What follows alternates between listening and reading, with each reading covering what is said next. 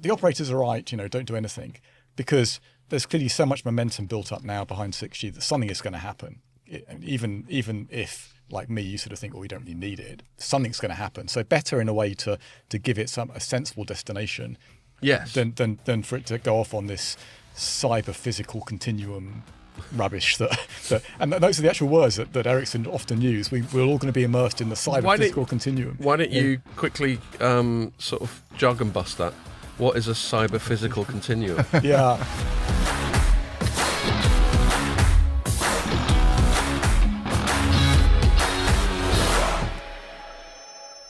Hello and welcome to another telecoms.com podcast. We are Ian and I, we're a little bit rough around the edges. I'll get onto why in a sec, but before I sort of get into the opening bollocks, I say that we've got a special guest, a returning guest. He's trying to compete with Mary Clark for our most regular guest. We haven't actually done Neil McRae. Surely he's must be one of them. Yeah, but Neil McRae has been regular since he started, but William and Mary go way back to like Maple House to like 2016 God. And shit. Yeah. Wow. So yeah. So welcome back, William. Thank you. Always good to hear. And last time we had you on was in the summer. In fact, it was one of our most watched pods of the year. Oh. In fact, I'll mention where I announced that in a sec. But yeah, you'd just written a book, and we were thinking, all right, that's it. We won't see him for a bit. There's no way he'll knock out another book before the end of the year. But you did. I wasn't expecting to either. Yeah, you did. I think you should do your cheesy showing it to camera. It just sort of happened. Hi. Yeah, there we go. The He's 6G like the manifesto. Stephen King of telecom. He is. Yeah. The Agatha Christie of telecoms. Yeah, horror stories. Yeah. That's not what I meant. I meant productivity. But... Yeah. Well, it is a bit. I mean, he does. King does crank them out. I don't know how he does. And they're all like that long as well. So. Yeah. Well, actually, at the time we know exactly why. Did he? Yes. Are we going to speculate as to why, or might that get us in legal trouble? Are you saying he said he liked a bit of Charlie. Yeah. Yeah. Oh. Yeah. I see. He said it himself. Yeah. He's like Jack Kerouac, sort of like furiously typing away with. Or Hunter S. Thompson. He said there's one book that he doesn't actually remember writing. Oh my God! Yeah, I think it was Cujo or Christine, one of those.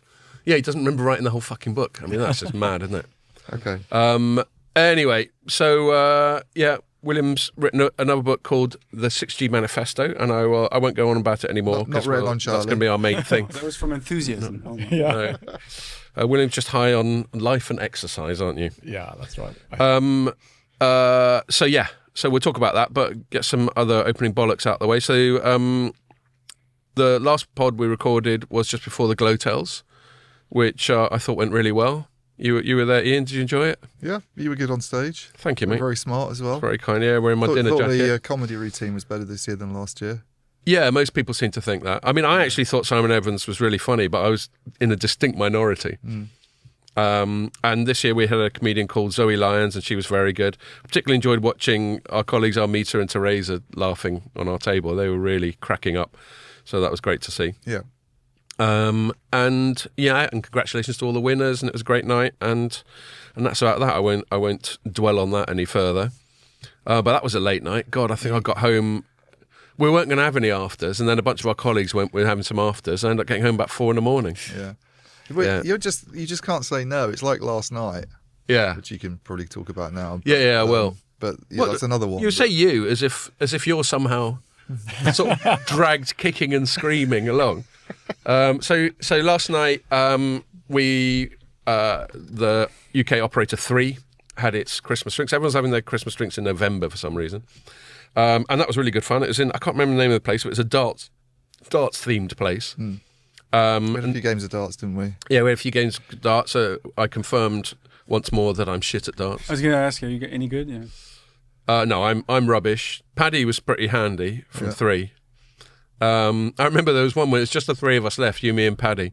And we played a game of Killer where, for anyone who doesn't know, it's just a game of darts where you can strategically knock out other players. And Paddy just knocked me out straight away. And I was like, why? Yeah. Ian's much better than me. He's much more of a threat. Why are you knocking me out? So I just sat. I think I did finish him off in that game, though. Yeah, because you got a treble, didn't you? Yeah, that was good. So I was like, ha. Yeah. That'll learn you. It was my revenge for you. I learned you were left-handed for the first time ever as well. You never realised I'm left-handed because we hardly ever You don't use see a each pen other anymore. writing. Yeah. Yeah, So, I am left-handed. Although I play tennis with my right hand. So you're like Rafael Nadal. go figure. Yeah. Is that it? Well, he's the other way around, isn't he? Right.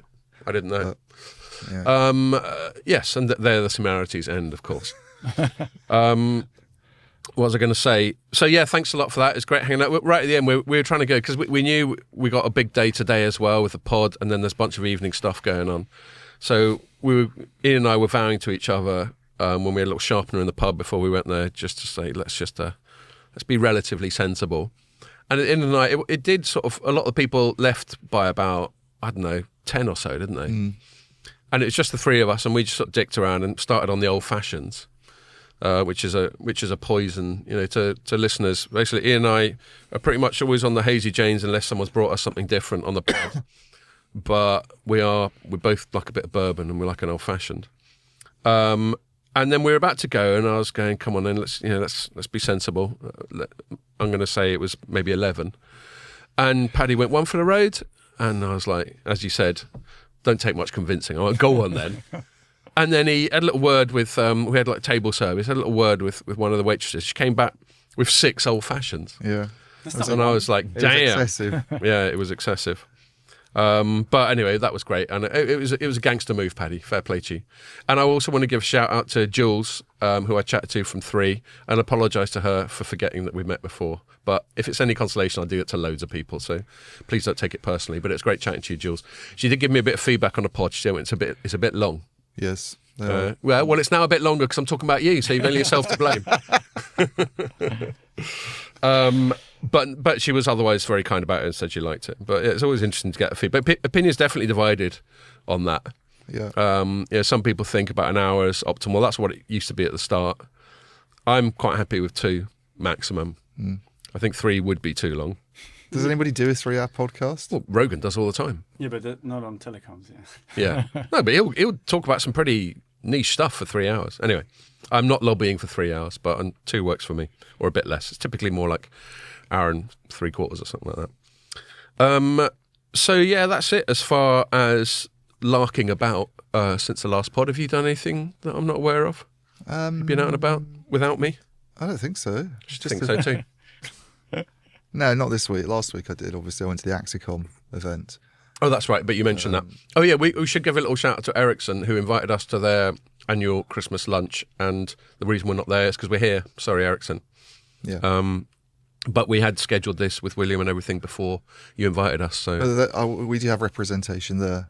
we do have representation. Yeah, Teresa's there. Yeah. Cool. All right. I think that's enough. Enough preamble. Enough bollocks. And we'll get on to William's. What other topics are we going to talk about today? Oh, yes, good point. So we're going to talk about William's book, and we talk about 6G in general. You've been at a 6G thing recently, haven't you? Yeah, well, I mentioned it a bit on the pod, but we can revisit it. That's Yes. InterDigital thing. And yeah, we can talk about reflective surfaces. William and I were chatting about that. Topic. Yeah. And then after that, we're going to talk about another thing that that we've often name checked William about on the pod, even when he's not here, which is to do with the growth in global wireless data traffic and projections. What it means, whether projections are accurate, what it means for the industry, and all that stuff. So we're going to revisit that. And Ian wrote a story where he consulted you, William. So we'll definitely give you a shout out there. And then the last thing we'll talk about Nokia again. We did last week, but they seem to always be in the news. Well, this is a more positive one for them, isn't it? Yeah. Last So week's this was is a negative one for them. This is to do with them not only getting back into Deutsche Telekom's German 5G network, having left their mobile network in 2018, but also replacing Huawei. So it's got that sort of geopolitical angle to it as well. So those are the 3 things we're going to chat about. Also proving I was right 9 months ago. Yes. No, and a proper scoop from Ian. He basically, this thing they just announced this week, Ian reported on 9 months ago. Because he had a little chat with Tommy Wito. And so that was a good scoop. So I'm going to, before I hand it over to you, William, for you to tell us about your book, I'm going to read the blurb on the back. just because there's not too long and it's just a sort of foundation, not framing. So it says the telecoms industry is rushing towards a sixth generation that it expects to deploy by 2030. But the vision that manufacturers and researchers expound is one of, quote, 5G on steroids, close quote, despite the fact that 5G has disappointed, not delivering any new services and only having limited availability, which I think is a really good point. You know, why put it on steroids if it's not a good thing? Yeah. This book shows the deep flaws with such an approach and sets out an alternative more in line with the views of the operators that delivers always connected quality coverage at lower cost.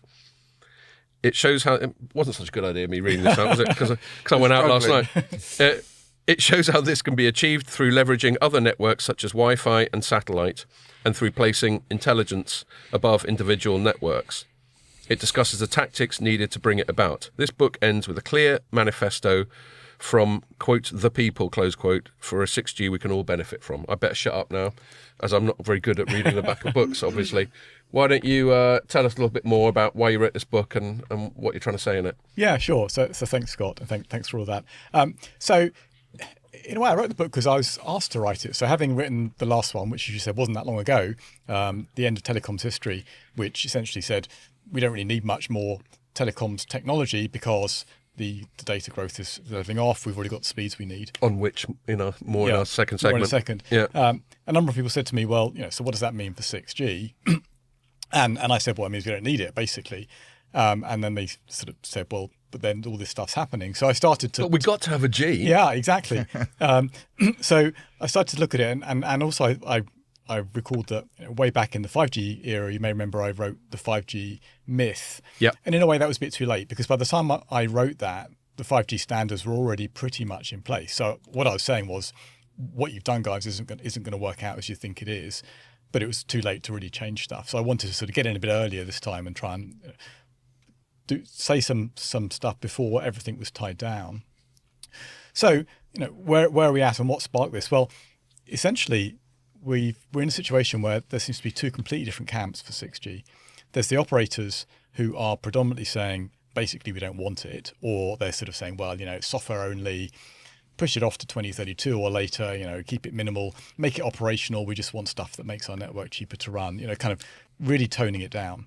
And is that more in the sort of the even Gs or the odd Gs done properly type of thing? I mean, not even that, actually. Even that. Yeah. Right, okay. They're kind of saying we just don't want it at all. Yeah. Okay, fair enough. It's very much the kind of Howard Watson line, and the NGMN's quite big on this, isn't it? They had a white paper saying we want it to be software upgradable from 5G, and really not... So it's not really a G at all. No. Yeah, I remember talking to Laurent Leboucher at Orange, because he's very much in that camp as well, and it's like, we keep getting sold more sort of hardware boxes every time, you roll something out and you go and spend loads of money on it across the whole country, and they don't want that. They just want, let's change things here and there, and let's have... I mean, I think Ericsson's already even moving this way, because their whole 5G advanced stuff that they've recently launched is all about keeping the same hardware platforms that are there with standalone and just having these features like better location, can pinpoint your location, bend them with 4G, and powering down cell sites at night through AI, that sort of thing. Bit of a nightmare for their business model, all that, though, isn't it?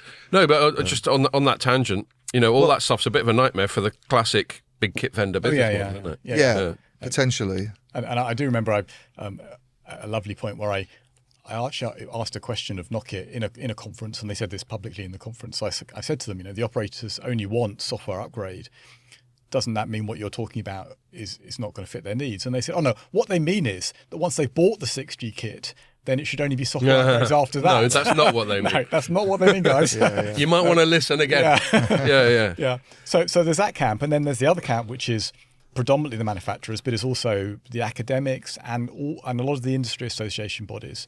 And there was one just yesterday, I think, an EU body called 6GIA, I think it's called, which sort of also in this camp, which is 5G on steroids. Yeah. So essentially they're producing the same spider diagrams that you used to get for 5G, and they're showing the circle becoming even larger, sort of 10x in every dimension, 10x data rates, 10x reduction in latency. So it's just more. More the same, but pushed even harder. And the writing is pretty pretty stark. It's kind of, we absolutely have to have all this. 5G was just the right vision, but it didn't go far enough. We need to push really hard and go much further. It's quite strange, isn't it? Because, excess capacity is an expression you're hearing more often now, and people not upgrading at the moment, hence the problems for the vendors. And yet people are saying that is completely at odds with what's going on. Yeah. So it's, it's sort of weird. How can these two camps exist, particularly as the manufacturers know that the operators are going to be the people buying the kit at the end of the day? And my guess is that they're hoping that either they can persuade the operators or they can put enough pressure on the operators through other routes. For example, politicians saying, we must have this super duper 6G kit, and therefore we're going to require the operators, or we're going to pressure the operators to go down that route. So there's all that going on. You just think, well, we've got to get to a sensible solution. And it struck me that actually the way to resolve this was not just to say the operators are right, don't do anything, because there's clearly so much momentum built up now behind 6G that something is going to happen. Even if, like me, you sort of think, we don't really need it, something's going to happen. So better in a way to give it a sensible destination, than for it to go off on this cyber physical continuum rubbish and those are the actual words that Ericsson often use. We're all going to be immersed in the cyber physical continuum. Why don't you quickly sort of jargon bust that? What is a cyber physical continuum? Yeah, I think what they're talking about is the idea that you can effectively put on a VR headset and be in a virtual world, but that virtual world has some linkage to the real world through this digital twin idea. So it's effectively a digital representation of the airport that you're in, and so it's the sort of the cyber bit because you're seeing it through a headset, but the physical linkage. And it's sort of a continuum because they're meant to be linked together and work together. I think that's what they're coming at. Yeah, well, I think it's like being the Terminator. Yeah, I just look at it and think, if you said to if you can't beat them, join them. If you went to the man on the street and said, would you like to upgrade your phone so you can enter the cyber physical continuum? No, I'm all right, mate. I just want a pint. Yeah, exactly. Yeah, and I just want to shut my train time, Can we just take it down a notch? The digital twin thing's interesting. We've hardly ever, if at all, spoken about that on this pod, but I know it is a big emerging sort of 5G use case, and one of the ones. Yeah, it comes up quite a lot. It's talked about a lot. My take is, it's essentially a digital twin is just a simulation of something, basically. Yeah. And the idea is that then that simulation is linked back to whatever it's simulating, so that this simulation can kind of look at what's happening now and then effectively work forwards. I've struggled to get my head around how they would be used in many instances. So I can think of one use case that I actually did a bit of work on, which made some sense, which was at an airport. And the idea was that if something changes, let's say you've got a big plane, an A380, you're expecting it at gate 24, but suddenly there's a gate change at the last minute and it's now going to be off at gate 48. And that's going to mean that 500 people are now going to end up in a different security gate than you're expecting. Then you're going to have to get your team of passport checkers to rush off down the other end of the airport. So essentially, what this would do would be it would sort of have real-time feeds of what's going on, and then it would simulate forwards. And it would say, okay, if that changes, so it's good for planning and anticipation. If that changes, 500 people are going to go that way because that's the way they always go when they come out of that gate, and therefore I'm going to need 10 people at the passport gate. So you can sort of use them to look into the future almost and predict. And I've seen it come up in a sort of telecoms context about helping sort of planning like base stations and coverage maps and all that sort of thing. It might even be handy for those reflective surfaces that we might get onto in a sec. One of the things that does my head in about digital twins, though, and this just could be a lack of either abstract reasoning capability on my part or just not reading it. Probably is certainly right now. and just general existential angst. What am I doing with my life? No, is how perfect can the digital twin be? Because any flaws in it kind of undermines the whole concept. So I think I gave you that example. I can't think of many other examples. So I don't think digital twins are a particularly big thing. I don't think the whole world is going to be digital twins. I can't see the point. No. I can't see why you want to do it. And to Scott's point, you'd need so many sensors monitoring every single person and what they're up to. I mean, creating a digital twin of Scott sounds kind of fun, but I just don't see that it'd be very useful. And I'm not going to hang out with him and have some bourbon, am I? So. And then the other thing is actually, It doesn't need anything much advanced. So for my airport case, you just need a feed from the airport's IT system saying we've done a gate change, and maybe a few cameras that are monitoring people flow that can say, oh, look, there's 50 people a minute coming through this area. If that's what it is, it's just a bit of data that's going to the computer. Yeah, it sounds like you could do the predictive stuff in another way. It doesn't have to be that sophisticated. But one of the reasons, because we quite often on this pod, and we probably will over the course of this particular pod, shit on some of the bright ideas that the industry comes up with because they're not really paying off. But that's what we're supposed to do, isn't it? It is, yeah. No, I'm not saying we shouldn't, but I try as much as I can to listen to some of the propaganda or some of the hype or some of the proposed ideas, sure, and give it a fair hearing. That's all. And with digital twins, I've listened to it and really tried to get my head around it, and I can see it as a 5G use case because obviously it does require a hell of a lot of wireless interconnectedness to work. But I'm not sure how much it's delivering returns. But I mean, on the 6G stuff, because I've been to conferences on 6G where digital twins have come up. I think we were at the same one at the University of Surrey a while ago, maybe a year ago. And the thing I not only struggle to get my head around digital twins, I also struggle to get my head around why you need 6G to do it. Yeah, exactly. You just need a few sensors, which can run quite well on 4G NB-IoT or something like that, because they're typically just giving a bit of information on 10 people walk by or whatever it might be, and then what you need is a fair amount of computing power, but that's nothing to do with telecoms. That's off in some cloud compute center to handle it. But I think my fundamental problem with them is I can't see the economic benefit in many cases. So the airport, perhaps, because closed environment and high traffic volumes and high value of getting it right. But for the most part, it doesn't really matter if you don't quite model the traffic flow down the streets in London quite perfectly. Yeah. No, and who's going to pay for all that anyway? Nobody much. So I think there's a real issue of where's the value and who's going to pay for it for most of the digital twins. So just remember, I meant to mention it in the opening bollocks, but at the Glowtales I did, when I stand up and do my opening monologue, one of the ways in which I found of padding it out rather than just coming out with endless platitudes about telecoms, it's a funny old game or whatever, is I talk about our most read stories of the year. And this year, for the first time, I decided to talk about our most popular pods of the year, and the previous one with you is our second most popular pod of the last 12 months. Only second? Behind, but you were behind a billionaire. Okay. Dennis O'Brien. You were behind Dennis O'Brien, and there I took a liberty because it was literally like almost over a year ago now. Yeah. But so well done. Yeah, thank you. Go on. I was just going to ask on the.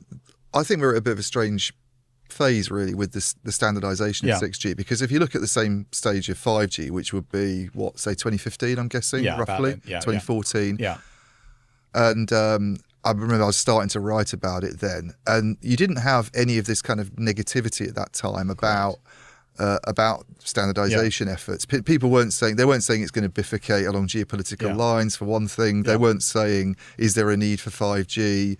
In fact, there was such a push for it that we got this kind of standalone and non-standalone thing happening, which seems a bit regrettable to some of the industry, I think, now. But 6G just seems to be in a really odd place because, as you say, it's going ahead, and we're quite close now to some things, it seems, like being nailed down. Yeah. And yet you and various other people are saying, do we need it?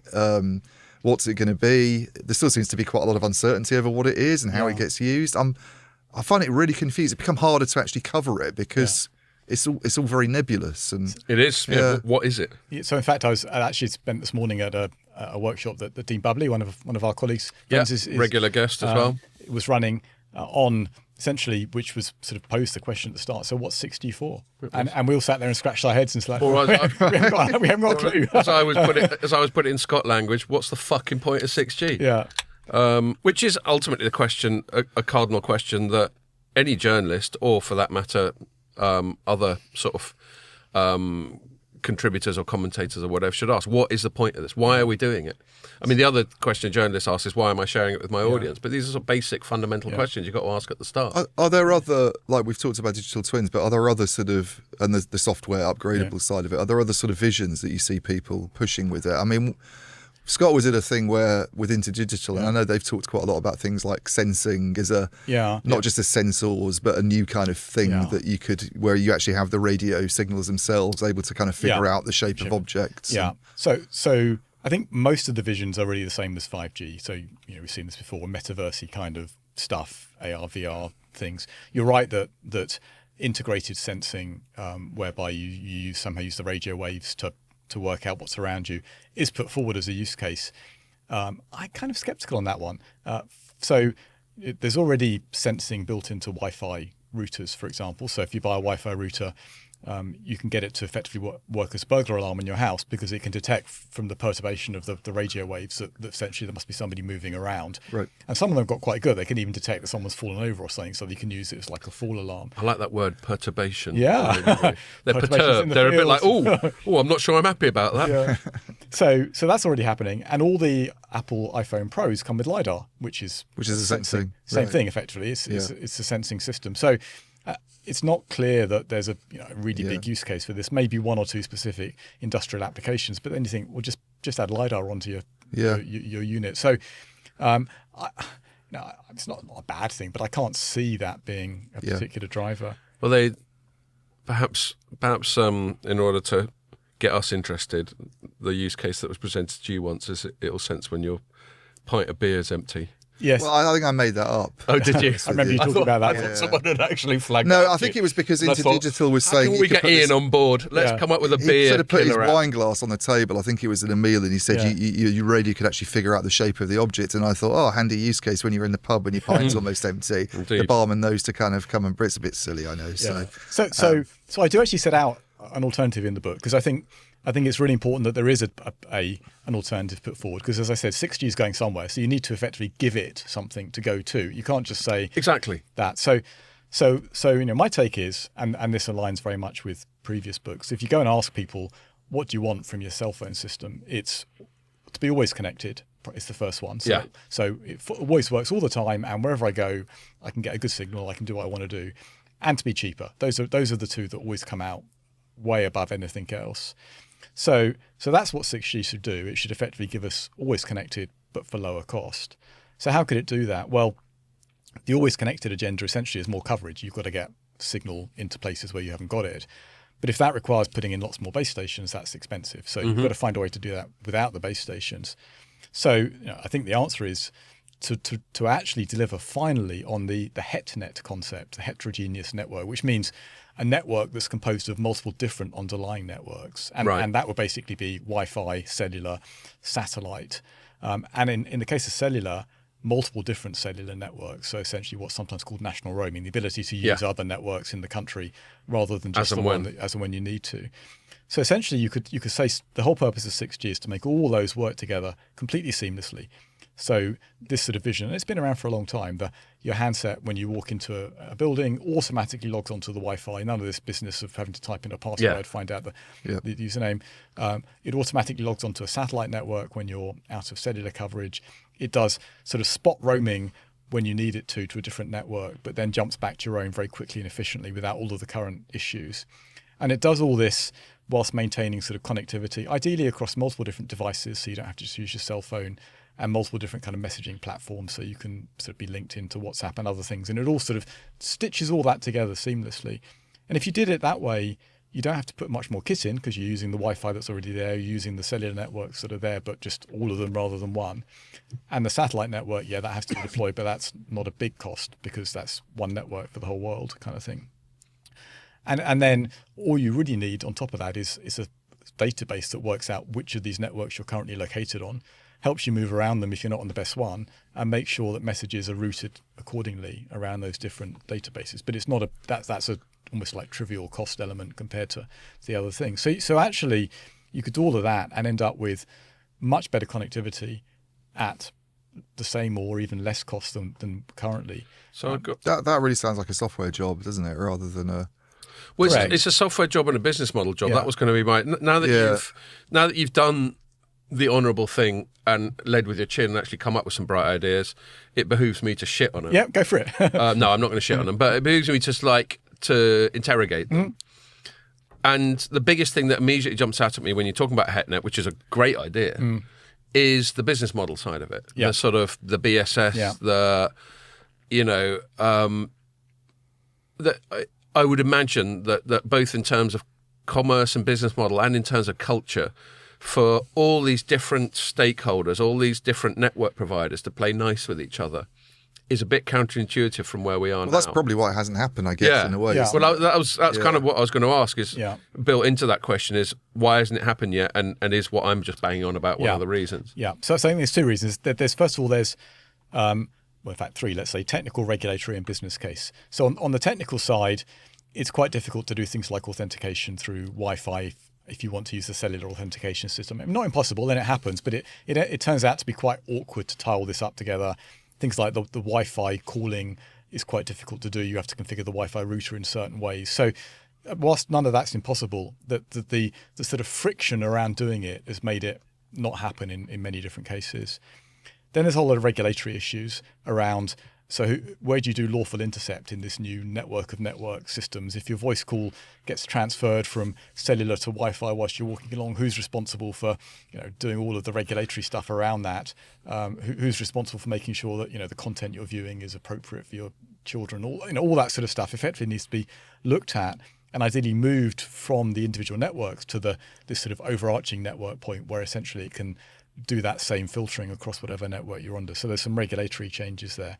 But then you're right, there's a question around how does the business model work for this? And my take is each of the underlying networks stays the same, essentially. So the cellular network is still there. You might even still have a subscription to that network yourself. Well, you've got to pay someone for your connectivity, haven't you? And then the Wi-Fi, there's a Wi-Fi aggregator effectively whose job is to get all these Wi-Fi resources, to get them lined up and linked up. And indeed, there's a company in America Bandwidth, I think they're called, that does that already in the US. So there's models around that. Again, they've got to be paid.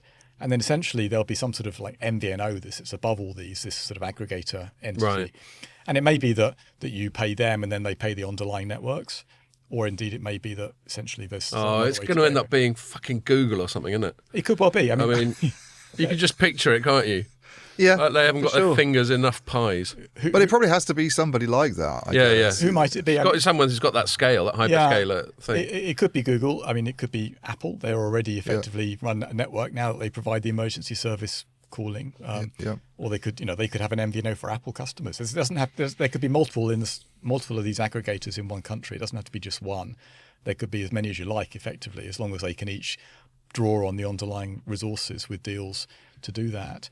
But it could be the current operators could sort of step up and say, BT could say effectively, we're going to be that entity too, and we're going to provide that function. So that kind of feeds back into. Sorry, I'll just say this quickly and then go ahead, Ian. That kind of feeds into the premise of my query.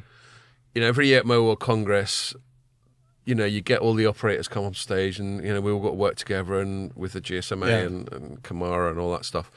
And you always get the impression that they're just not very good, even though they've got this trade association that runs this enormous show that's very successful. You just get the impression that once they all retreat back into their corners, they're just not very good at collaborating with each other. Well, I mean, on that point, I think there's too many associations. That's not to knock. I'm not knocking William's idea, by the way. I think that's a completely different thing. I think there's too many. They've tried to overcome the problem of fragmentation by having too many associations. They're not like Google or Amazon, which have a kind of global scale, and there's lots of networks. And to be platforms as they want to be, the only way to do it is to try and collaborate with each other. So they set up associations to do it, and there's associations for this, there's associations for that. Indeed. That's one of the big themes of the industry, I think. But the stuff that you're talking about I think is really interesting. I mean, I think Howard Watson has been on stage numerous times in the past talking about that kind of thing, and they've never seemed to have done anything with it. This idea that you have a seamless movement between a Wi-Fi network and a 4G or a 5G network, say, that would be convenient and hassle-free for users. And it seems kind of obvious that that's what a telco should be doing, and yet they're worried about APIs and other issues, NB-IoT or whatever it might be. I mean, this to me seems like a much clearer thing for them to be trying to do. Because if they don't do it, I think someone like Google will do it. And Google have already, in the past made a bit of an attempt with their Google Fi service, which did try to stitch together a number of Wi-Fi routers, and you could see them coming around again and having another go at that and doing it better now that we have more sort of open roaming type protocols and things like that within Wi-Fi that make this easier. Do you think anybody on the sort of standardization side one of the problems is that it's the cellular industry, and it's very much not really engaged with Wi-Fi. In fact, they almost view Wi-Fi as a rival, and we don't really want anything to do with all of that. Yeah, that's a bit of a problem. Right. Yeah. So I do talk about that in the book, and that is an issue. I could see ways to resolve it. So, I mean, 3GPP stands for 3G Partnership Project, and it was a partnership between multiple different standards bodies, ETSI and others. Yep. I could imagine a 6GPP, which was a partnership between 3GPP and IEEE and maybe some internet standards bodies and others that were needed to get all this together. So effectively, a new entity that was brought about by aggregating across multiple entities that could form a standard that worked across all of these. And that would feel like the way to go, because otherwise, as you said, if you leave it to 3GPP, their inclination is always just to stick to the cellular stuff, because that's what they've always done, and that's where their membership is focused. So it does require a change in the standards bodies to do this. I mean, it's logistically it's easy enough to do, but whether politically it's easy or not to do, I think is another question. Yeah, hard to tell at this stage, especially the way things are going geopolitically. Well, I think they're also always shooting for something. For you get these weird, fantastical sci-fi type visions that sound sexier, don't they? And if you get someone coming along saying, "Let's make 6G about improving connectivity and coverage," I mean, that's actually a really noble aim, but what they kind of get obsessed with are these wacky Internet of Senses or whatever it is. Put your VR headset on and you can smell something in Barcelona or whatever, and all this kind of stuff. It sounds great, but it's just become increasingly unrealistic. A lot of it comes, and this kind of links into the thing I wanted to. I was just going to ask anyway. The phrase a solution looking for a problem often springs to mind. Yeah. And I was going to ask, I noticed looking at the back of this, Williams published 19 books, for God's sake. That's 18 more than me. And it says he is a fellow, among other things, the IEEE. So I'm just wondering, these standards bodies and these technology development bodies, we're aware of the fact there's all this stuff going behind the scenes, and there's boffins, and there's all getting together, very smart people, and years before we hear about it. But I just wonder, back to the kind of the central point that you made in your book of there's no point in you slagging off the current trajectory unless you've got an alternative end point. I wonder to what extent there is an end point in mind, or if all they're doing is really looking at technologies they currently have and they have the capacity to refine, and they're just building up. And so is it a build it and they will come thing, or is there an endpoint and we've just got to find a way of technologically getting to that endpoint? Is there a bit of both? Yeah, I mean, I think if you go back far enough to like 3G and 4G standards, there probably wasn't enough of an endpoint because there was enough of a kind of a clear vision that people we just need better connectivity. But when we got to 5G, that endpoint was very vague, and so it was just like open season for anyone who's got a good research idea. Chuck it in there, and if you can think of a good use for it, this is going to be necessary for robotic surgery. Which is where we got all that stuff. Then we'll dive in there, and it does feel like that's where we're at the moment. That the people in the standards bodies, as you said, they're very clever people, but generally they're technologists, and they're not out there kind of asking the man on the street or the woman on the street what they actually want from their mobile phone. They're kind of thinking, they're in their labs thinking, oh, great, look, I can make this wonderful new modulation scheme go 10 times faster than the other one. And they're not even necessarily like product development people. They're pure technologists. Exactly. And they're somewhat given their head here because there's no direction for them. So you do end up with a whole load of stuff that just goes in there that, is good.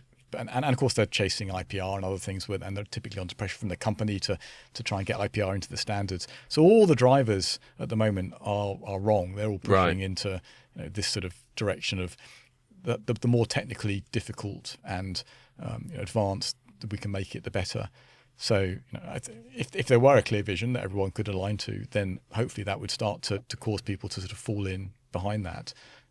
But it's a tall order. It's a big super tanker to get pointing in a different direction. It really is, but you got to start somewhere. Yeah. Do you think there's like a good monetization, to use that kind of slightly horrible word, opportunity in doing the sort of HetNet thing? Because I think that's why some of these wacky visions are there, isn't it? It's like, well, we've sold all the phones we can, we've sold all the broadband connections we can. What's next? Let's talk about robots or remote surgery because maybe we can make some money out of that. But I don't know, maybe this is, So, I mean, would you pay a bit more on your mobile subscription if you had this sort of coverage everywhere where you could, walk into anywhere you walked into, you automatically signed onto the Wi-Fi, you could jump to any cellular network? Would you pay, I don't know, 20% more on your cellular bill for that? Sure. Probably would. Yeah, I would. it would need to be marketed right, Yeah. but there are lots of very clever people who know how to market that stuff. Although I do think sometimes our industry, the marketing's, I mean, we've taken the piss out of it loads on the Yeah. pod, you know. I mean, the one, there was that EE ad with a geezer getting a shave off a robot Yeah, at the top of a mountain and all that sort of thing. And, you know, even while I take the piss out of it, I sympathise that trying to... You never wanted to do that? No, certainly not. As I think I've joked on the pod before, some robot comes near me with a fucking razor. There's going to be problems. Yeah. But I do sympathise because they're trying to make something abstract tangible. Yeah. So abstract is connectivity. So, you know, I've joked, we had Bob Hoskins like in the 90s going, it's good to talk, and all that sort of thing. But it's good to talk. Good to talk to your mates, isn't it? But I think this one is in a way is quite tangible. You say to people, hey, you just address a pain point. Have you ever not had mobile coverage? Exactly. Yeah. Would you pay not to be in that position again? Okay, good. Right. Yeah. Yeah, you could have some little... Here's your super tariff, which brings in this multi-network roaming, and it costs you 20% more a month, so you pay an extra £2 Well, a month. it should really or whatever. appeal here because connectivity is pretty bad in the UK, I think, in a lot of places, isn't it? I mean, we keep hearing stories at the moment can be spotty. about how it's... You get these open signal reports about how we're doing quite badly on the whole 5G coverage tables, you know, if you compare us with other bits of Europe. And I do notice when you go to France or Germany, maybe not Germany, but France is pretty good, I always think, on, you know, availability, and you can sort of get it on the metro quite well. Whereas London, you go indoors into a pub and you often lose any kind of signal at all. And it's, the ability to just walk in and not have to go, I need to get onto that Wi-Fi network and go through the password and what is it in here? Yeah. You know, it's a real nuisance, I think. So. Yeah, and while they're first world problems, they're first world the problems, problems we've got in it. Yeah, I mean, they're becoming less. Starving. I think they're becoming less first world problems, though. Right. You know, like the electricity and water at one time would have been seen as probably first world problems. You know, if you go back far enough, you know, when there were central heating and things. Well, and as I was chatting to William about earlier before we started recording, you know, phones now are so important. You know, I can't get my head around how some people will leave the house with their phone on 50% and they'll get to the end of the night and it's dying. And I'm like, how the fuck? You know, I carry about 4 portable chargers around me the whole time. And one of the reasons... You need an iPhone. You what? You need an iPhone. They've got good battery life, have they? I mean, I charge mine up overnight usually, but I can get 2 days out of it now if I put it on battery power. Yeah. Well, I've just got a new Pixel. We'll see if that's better than my old one. Actually, very quick little product review. So I only got this new Pixel because I was buying something. I'm not even going to say it. Not that my daughter will ever listen to this podcast, but I was buying her a Christmas present. And then you revealed it last time, and your whole family knew what they were all getting for Christmas. That's it. They all you said that they'll never watch this, and they all watched it. Yeah, because Pierre had put it in the little excerpt, and I was going, look at the excerpt, and I was like, fuck. So I won't say it just so that Pierre can't stitch me up again. But while I was there, I noticed that I got a Pixel 8 Pro. My previous one was a 7. So it's like, I don't know, a generation and a half better, let's say. Yeah. Or an iteration and a half. And it was doing it like half price. So I just thought, fuck it, might as well. I'm going to get one sooner or later. And at the same time, they were also marked down these Pixel Buds, the earbuds. Yeah. And so I just wanted to do a very quick impromptu product review of those, which is that they're good. They're really compact compared to the Sony ones that I had before that just stick out your ear and, you know, and fall out and all that sort of thing. They're much more compact.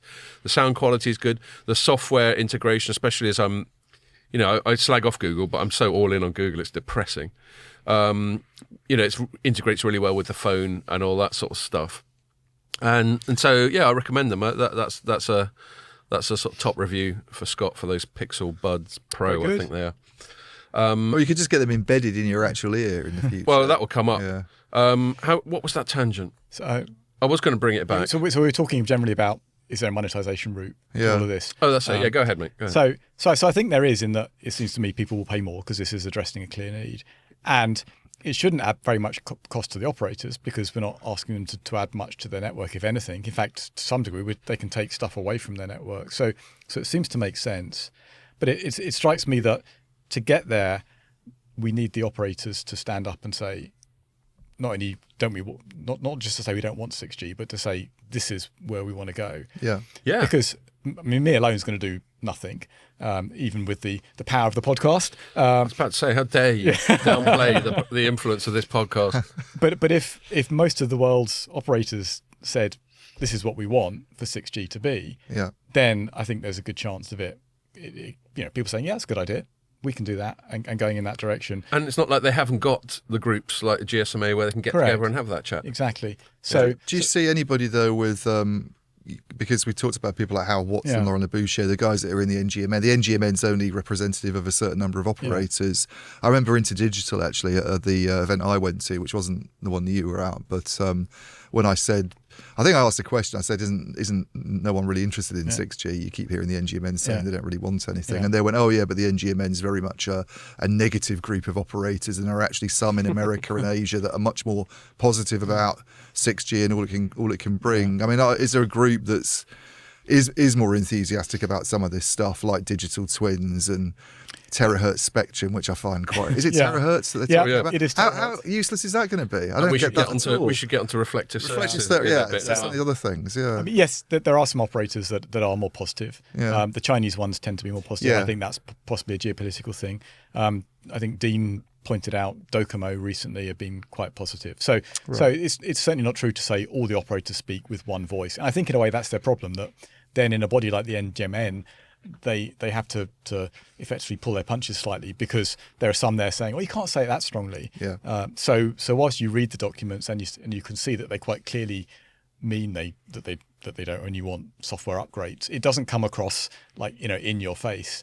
And even then, so where those documents go, not very far, I suspect. What we actually need is the operators taking out adverts on TV or on side of buses and effectively saying this is where 6G is going, and then influencing the population, the journalists, the politicians and others to really make that message sort of loud and clear, and then through that sort of feeding it into the general thinking. And that's where we're not at the moment. The operators, as far as I can see, mostly just talk a bit in conferences and so on, but they're not jumping up and down and saying really loudly in mainstream media and similar, this is what we want from 6G. And until they do that, I think they run a real risk that their voice just gets ignored by the 3GPP entities, and they just steamroller along doing what they're doing. And it's unrealistic to just expect there not to be a G, I guess, because it has been proposed, hasn't it? I remember Neil McRae actually a long time ago saying, "I'm kind of hoping 5G is going to be the last G we have," and he was half serious and half joking, because if it gets to a point where it's good enough, then I would have hoped the same too. I mean, as I said, there isn't in my mind. I can't think of anything that 5G can't deliver. In fact, I can't think of anything much that 4G can't deliver, frankly. So why the hell do you need 6G? Well, but I don't think it's... I think people, when you say that, they say, "Oh, it's like you're suggesting we shouldn't innovate anymore." I just think the process itself is quite bizarre in today. I mean, they talk about being more agile and what's the word? I can't remember. There's an expression, DevOps. And not doing in a kind of waterfall. Is it waterfall's the old way of doing software development? They use these strange words, and the whole Silicon Valley fail fast. I mean, this thing. Now I get you have to plan ahead, and you have to, and when you're talking about an industry with all these disparate groups and bodies, you have to have some kind of coordination and a point where you're aiming for something. But on the other hand, that's not how the internet world works. And surely it would be better to try and be a bit more, let's introduce a new feature when we can, and let's have...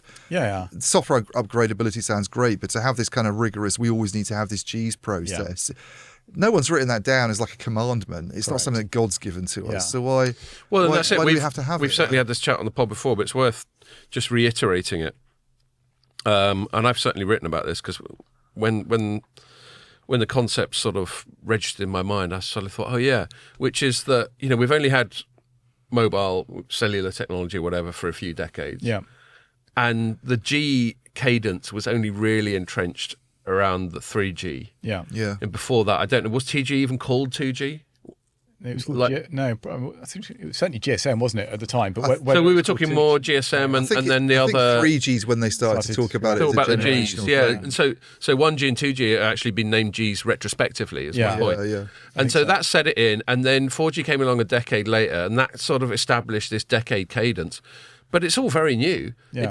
It's not it's not one of the 10 commandments. No, absolutely not. And but the problem I think is if you look at 3GPP's timeline, they've already got a timeline that says here's where the first 6G standard happens, and who's going to stop them?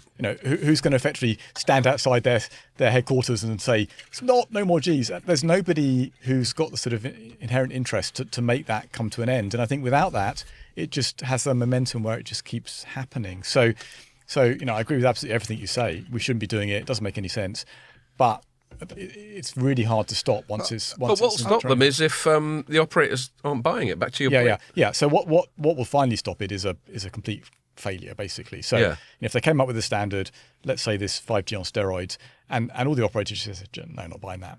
I mean, it is happening a little bit though now, isn't it? It's like, and we're going to get on and talk about it in a minute, but every time Ericsson comes out with its mobility report, it's like, mid-band's still not been deployed as widely as it should have been, and we need to have more. I mean, they've been very, very slow to deploy 5G in certain parts of the world, and my view is that they just don't see a business need for it. Absolutely. It's why what does it do over 4G? Why is it this? There's always this fuss, isn't there? We're behind America, we're behind China. It's like, are we really losing out there by not having it? I'm not convinced we are. And then you get really sort of existential and fundamental about what our industry is.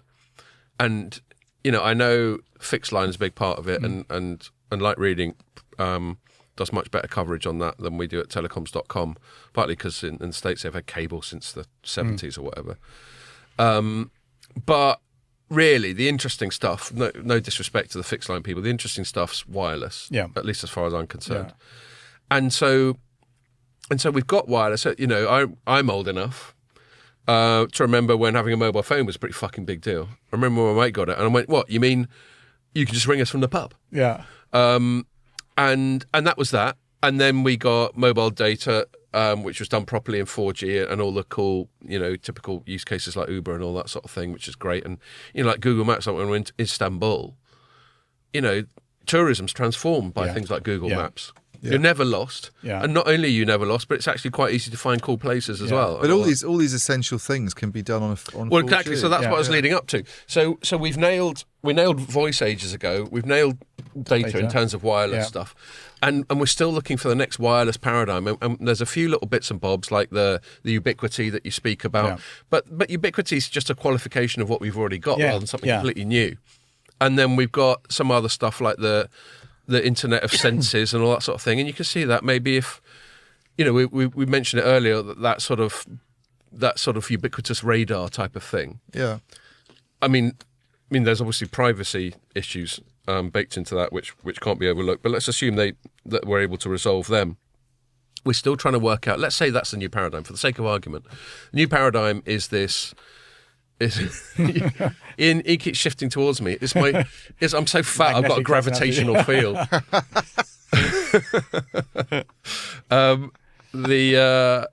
Let's say that's the thing. The two things you have to address is there the demand for it, and then what are the applications and the business model is going to be for it. And I'm still struggling with that. I don't know if you got. And I agree. So I think and in a way that the last book, The End of Telecom's History, sort of said it. We've nailed it. We've got everything we need.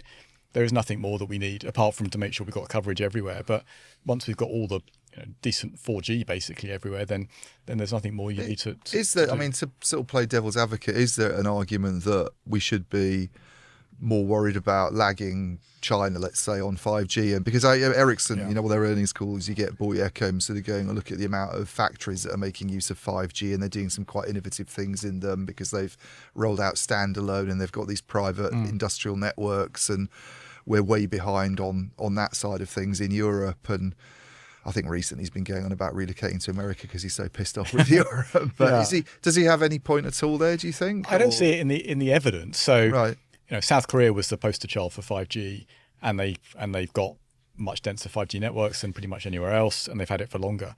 But I can't see anything in South Korea that's different from anywhere else. It's not that they're all doing some wonderful things with their mobile And it's not like SKT, KT and LGU Plus are suddenly making tons more money than everyone else. No, and to your point, Ian. Well, I don't know what their ARPU situation is in South Korea. Do you know off the top of your head? Is it quite high? No, I don't know. Our Chinese factory is more productive as a result of having 5G standalone private networks than other factories.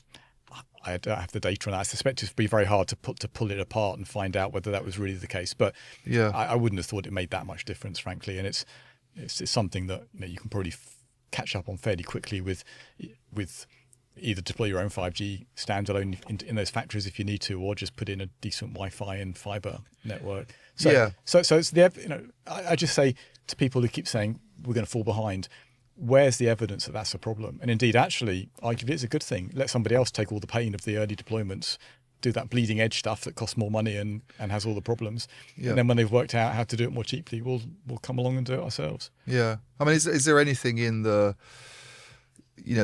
private 5G deployment stuff is something obviously Ericsson's trying to push, and people are doing that to some extent. But is there anything in the standard there that allows you to do things industrially that you couldn't have done with 4G, for instance, or with Wi-Fi? So it does have the one thing it does have is the very low latency stuff. Now you could do that with fiber. So if you've got a robot on a production line that doesn't move, then you connect it with fiber. It doesn't need to be wireless. It's only the ones that are moving around that would need that. And actually the ones that are moving around probably don't need the sub-millisecond latency because they're not the ones that are kind of super fast type applications. Yeah. But yes, in principle, you could imagine an application that required very low latency wireless, and then the only way to do that would be through either a bespoke privately designed technology or 5G standalone. But I mean, the cases of that I know of are very, very few. This is one of the problems I have with, it's a bit of a tangent, but with the whole sort of NVIDIA AI RAN pitch at the moment, which isn't 6G, but it's trying to obviously push 5G into a slightly different area. Yeah. This idea of putting GPUs at sort of sites where you'd have RAN compute as well, and you could run it, run both off the sort of GPU and use the GPU to do lots of these whizzy edge-based applications. And you just struggle to. I think the example they came out with in their technical working document was a robot following a person around, and they said when you did it, which sounds pretty sinister anyway, but when you did Black it Mirror, with an edge-based deployment with GPUs. It worked really well, but once you tried moving the GPU back into a kind of hyperscaler facility and doing it, it wasn't as responsive. And you thought, is that the best you can come up with? It's like, and even that I have my doubts about. So, light travels 300 kilometers in 1 millisecond. Right. So if you move your compute 150 kilometers away, so it goes there and back, you add an extra 1 millisecond to the whole thing. Now most networks at the moment have got somewhere between 10 and 40 millisecond delays on them. So you're adding 1 millisecond to at best 10 millisecond delays. Right. It's not a big deal. Yeah. So I'm really skeptical about this. It has to be right close by. Yeah. I mean, it certainly shouldn't be in a different continent, but within 100 kilometers. Well, I understand why they're trying to push it. Exactly. I was just going to say that, and I understand why. The very first time I heard that talk about the speed of light and latency and that sort of thing was Marcus Weldon when he was still at Bell Labs, Nokia. And I understand why big kit vendors are going to promote that, because then you've got to have more small cells or more edge. You've got to sell a lot of servers, infrastructure or servers, and all that sort of stuff. But yes, I take your point about actually is it a critical thing? Yeah, not at all. And then you've got all the cost of maintaining the compute nodes at every base station or base station aggregation point. And actually, you're much better off with whopping great big data centers with vast amounts of computing and all the power and everything else cooling them down, and the scale economies that gives you than trying to have lots of little nodes. So I absolutely don't buy that. I want to, just in the name of time and fitting in our segments, I want to sort of wrap this up if that's all right. But I was just scanning the end of the final chapter of your book, which basically refers to the title of the book, which is 6G Manifesto. Are you going to spoil the ending? And spoiler alert. Don't read out the last Spoiler alert, 6G shit. No, it's just, you sort of tap your inner Karl Marx. Absolutely. And chapter 9 is called The Manifesto, and he's got 6 paragraphs. I won't read them out, especially as I've shown myself to be quite bad at that. That all start with something that so you're sort of tapping that slightly sort of collectivist sort of thing, and it's interesting because you're not. I mean, quite rightly, I think you're not claiming to have answers to all of it. No, but you're just saying, when you say you're presuming to be speaking on behalf of what you think the average punter wants. I think. Yeah. and then you list 6 things that you think the average punter wants that perhaps are not being sufficiently well addressed right now. And so I thought that was an interesting thing, and I just thought I'd give you the last word on it. What made you think of this concept of manifesto and this sort of collectivist language and that sort of thing? What was going on in your head that pointed you in that direction? Yeah, it's a good thought, actually. It was just one of those things that just randomly came to me, actually. Right. It wasn't, often does. It wasn't kind of sitting through a long sort of logical process, well, that's the right way to do it. I think it's just one of those ideas out of the blue. Oh, I could write a manifesto. Yeah. And I mean, it felt like a bit of fun almost. It's like a bit different. And it feels like you're, I don't want to put words in your mouth, so I'm saying this for you to correct me or otherwise. It feels like you're trying to communicate directly with the industry and just going, look, listen to your market, listen to your end users. Exactly. Do a bit more of that. Don't be wrapped up in your sort of technological echo chambers. Yeah. And all that sort of thing. I think that's a really good summary, actually, of perhaps the one key message from the book is, let's get back to basics. What do people actually want from their mobile phone? And then let's try and deliver that. Indeed. And I think, obviously we're going to talk about 6G loads. From purely selfish professional point of view, the Gs are quite handy because it gives us something to bang on about. And I think that's one of the reasons why I sort of try and balance some of my what's the fucking point of that stuff with trying to give it a benefit of the doubt.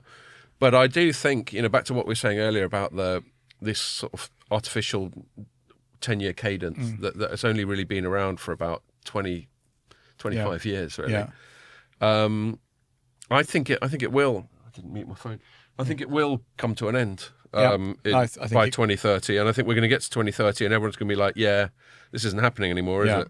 Yeah, I think that's quite possible, and that would be a good outcome in my book if some sense was breathed into that. Cool. All right. So it's sort of semi-related to this sort of where are we headed? Yeah. Is this matter? And I'll hand over to you, Ian, to talk through the story you wrote about. So Ericsson quite regularly publishes data about the state of the mobile industry that it has this unique insight into because it runs so many of the base stations and stuff that the mobile industry relies on. And so we wrote, Nick Wood for us wrote, as 5G SA gathers pace, Ericsson urges telcos to focus on value over volume. That was our coverage of their latest mobile industry report. And you, Ian, wrote a headline that says, Ericsson rewrites sales pitch in face of slowing traffic growth. So why don't you tell us about that story? Yeah, so it's the mobility report, I think they call it, and it comes out every 6 months, so sort of June, November. Yeah. It's their kind of take on the industry, where it stands, where it's going. There's a lot of data in there about numbers of mobile subscriptions, forecasts for what percentage will be 5G by 2028, whatever. They've increasingly sort of started adding essays, haven't they, on themes, I think, as well. And they have this section on data as well, like exabytes of traffic on networks, how it's developed and where it's going. And that's always been one of their principal data points, has been this total it has recently, mobile in the traffic. last few years. I think if you go back maybe when it started, it wasn't quite so much the thing, but it has become a thing. And, obviously the traffic going up is perceived to be a sort of good thing for the vendors because you don't need to buy more equipment to kind of support it. Although I think that there's more of a disconnect there than people make out, actually. I think rising levels of traffic haven't necessarily meant that you have to sort of invest lots in your network. But the other problem is, as Williams covered this better than anybody, I think, probably in the industry, to give him due credit, this sort of S-curve that he predicted back in 2016, is that right? Yeah. We keep hearing this word exponential even now. I think at conferences, traffic's growing exponentially. How are we going to cope? And it's kind of not true. It's been slowing for a while. Well, so just to quickly recap the maths, an S-curve where you've got, let's say on the y-axis you've got traffic growth, on the x-axis you've got time. You will have an exponential phase, and in any S-curve, which is kind of like a stretched out S, it's not a literal S that goes back on itself. But in any S-curve, you do have an exponential phase at the start. When you pick up the bottom of that. Indeed, and then that exponential phase can last for however long. Yeah. But typically, and this is true, I'm going to refer to my degree, although I feel like a charlatan because I didn't do any work. I just got pissed for 3 years.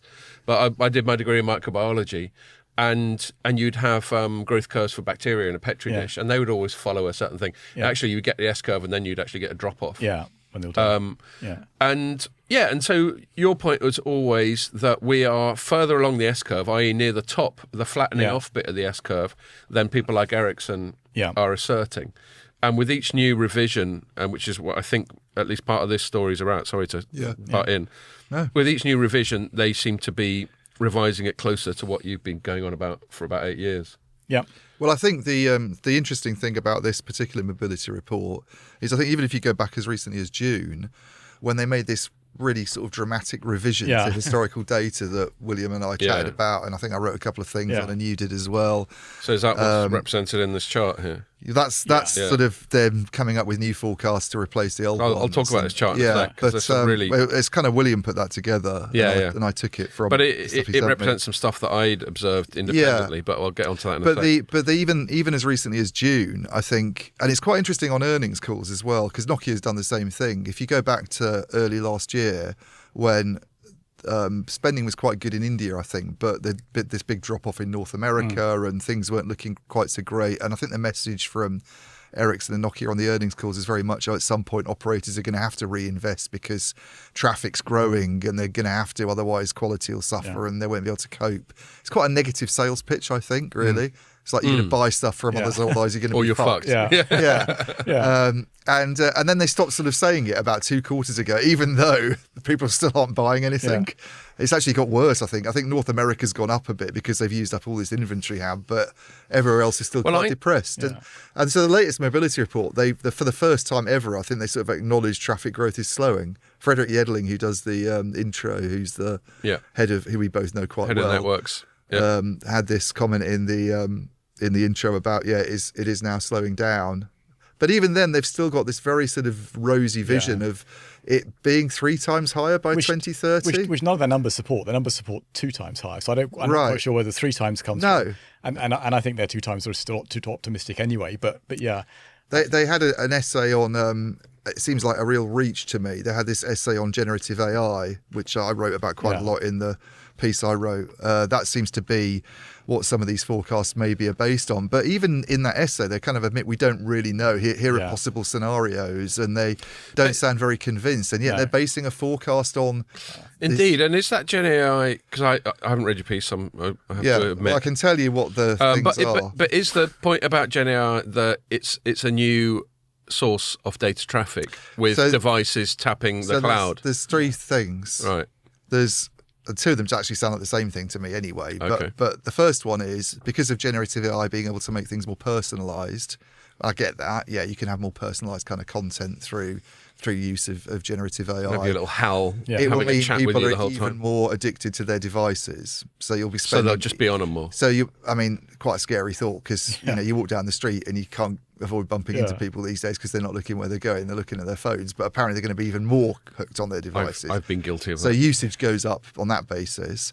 And the other ones are quite wacky. It's things like being able to sort of, you're struggling to do something, so you point the phone camera at, let's say your car breaks down, and you put your phone camera on the engine or the wheel, and a Gen AI assistant pops up and goes, "Oh, here's how to fix that problem."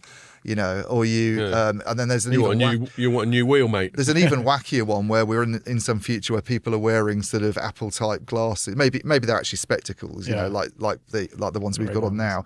And you're looking at your plate of food and about to eat, and your Gen AI assistant comes up and goes, "You shouldn't be eating all that shit. It's really bad for you. Here's what it's going to do to you, and why don't you do this instead?" Because that's what's guaranteed to drive uptake, is having some nagging bastard ruining your fun, isn't it? Now the idea that might, it's wacky anyway, but I could sort of see it happening potentially, but I'm not quite sure where they get that this is a huge increase in access traffic. I just don't see that. It's not like the large language models come onto the access network and is somehow requiring a lot of.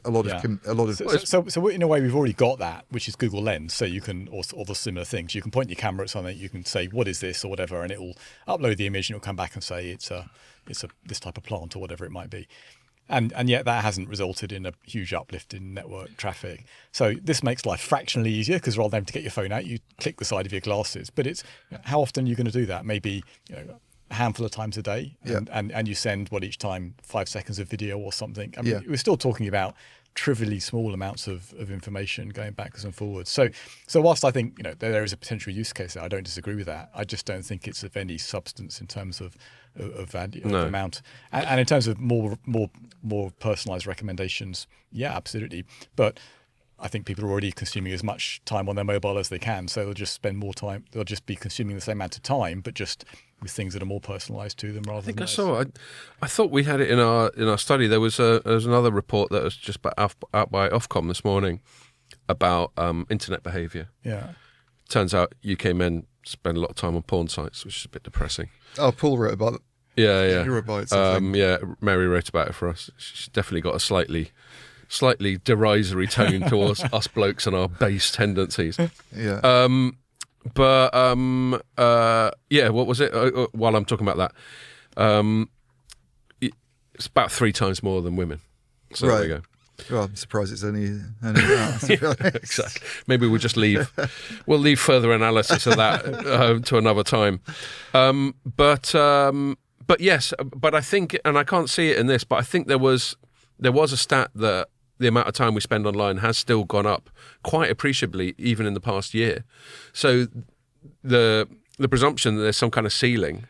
Well, I was going to ask you about this, William, because your view that data's flattening off. There are people who aren't just Ericsson and Nokia. There are some analysts, and there are some other people who think it will go up again. Yeah.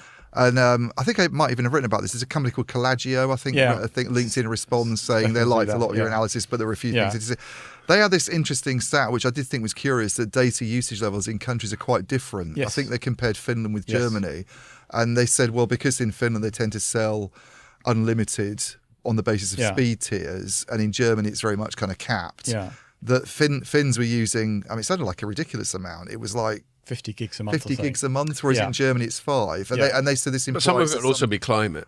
So yeah. I mean, if you're going to spend a bit more time on the beach or in a cafe going chow, then you're not going to be on your phone so much. No, it's Finland. I know, but I was going to say, I'm contrasting them with a Mediterranean country. Right. It wouldn't surprise me that countries with harsher climates have higher internet use. Yeah, I mean, the guy who did I can't remember his name, but the guy at Collagio who did the write-up. Yes. He was sort of saying, I haven't heard from them in ages. Doesn't this imply there's some kind of elasticity there, and that if pricing changed, it could potentially go up a lot? Yeah. But So my take is, different countries have different levels for a reason. So actually, in Finland, it's primarily due to very high penetration of fixed wireless access, which in turn is due to the fact that they have pretty ropey fixed broadband. And so a lot of Finns just went straight for using their phone instead.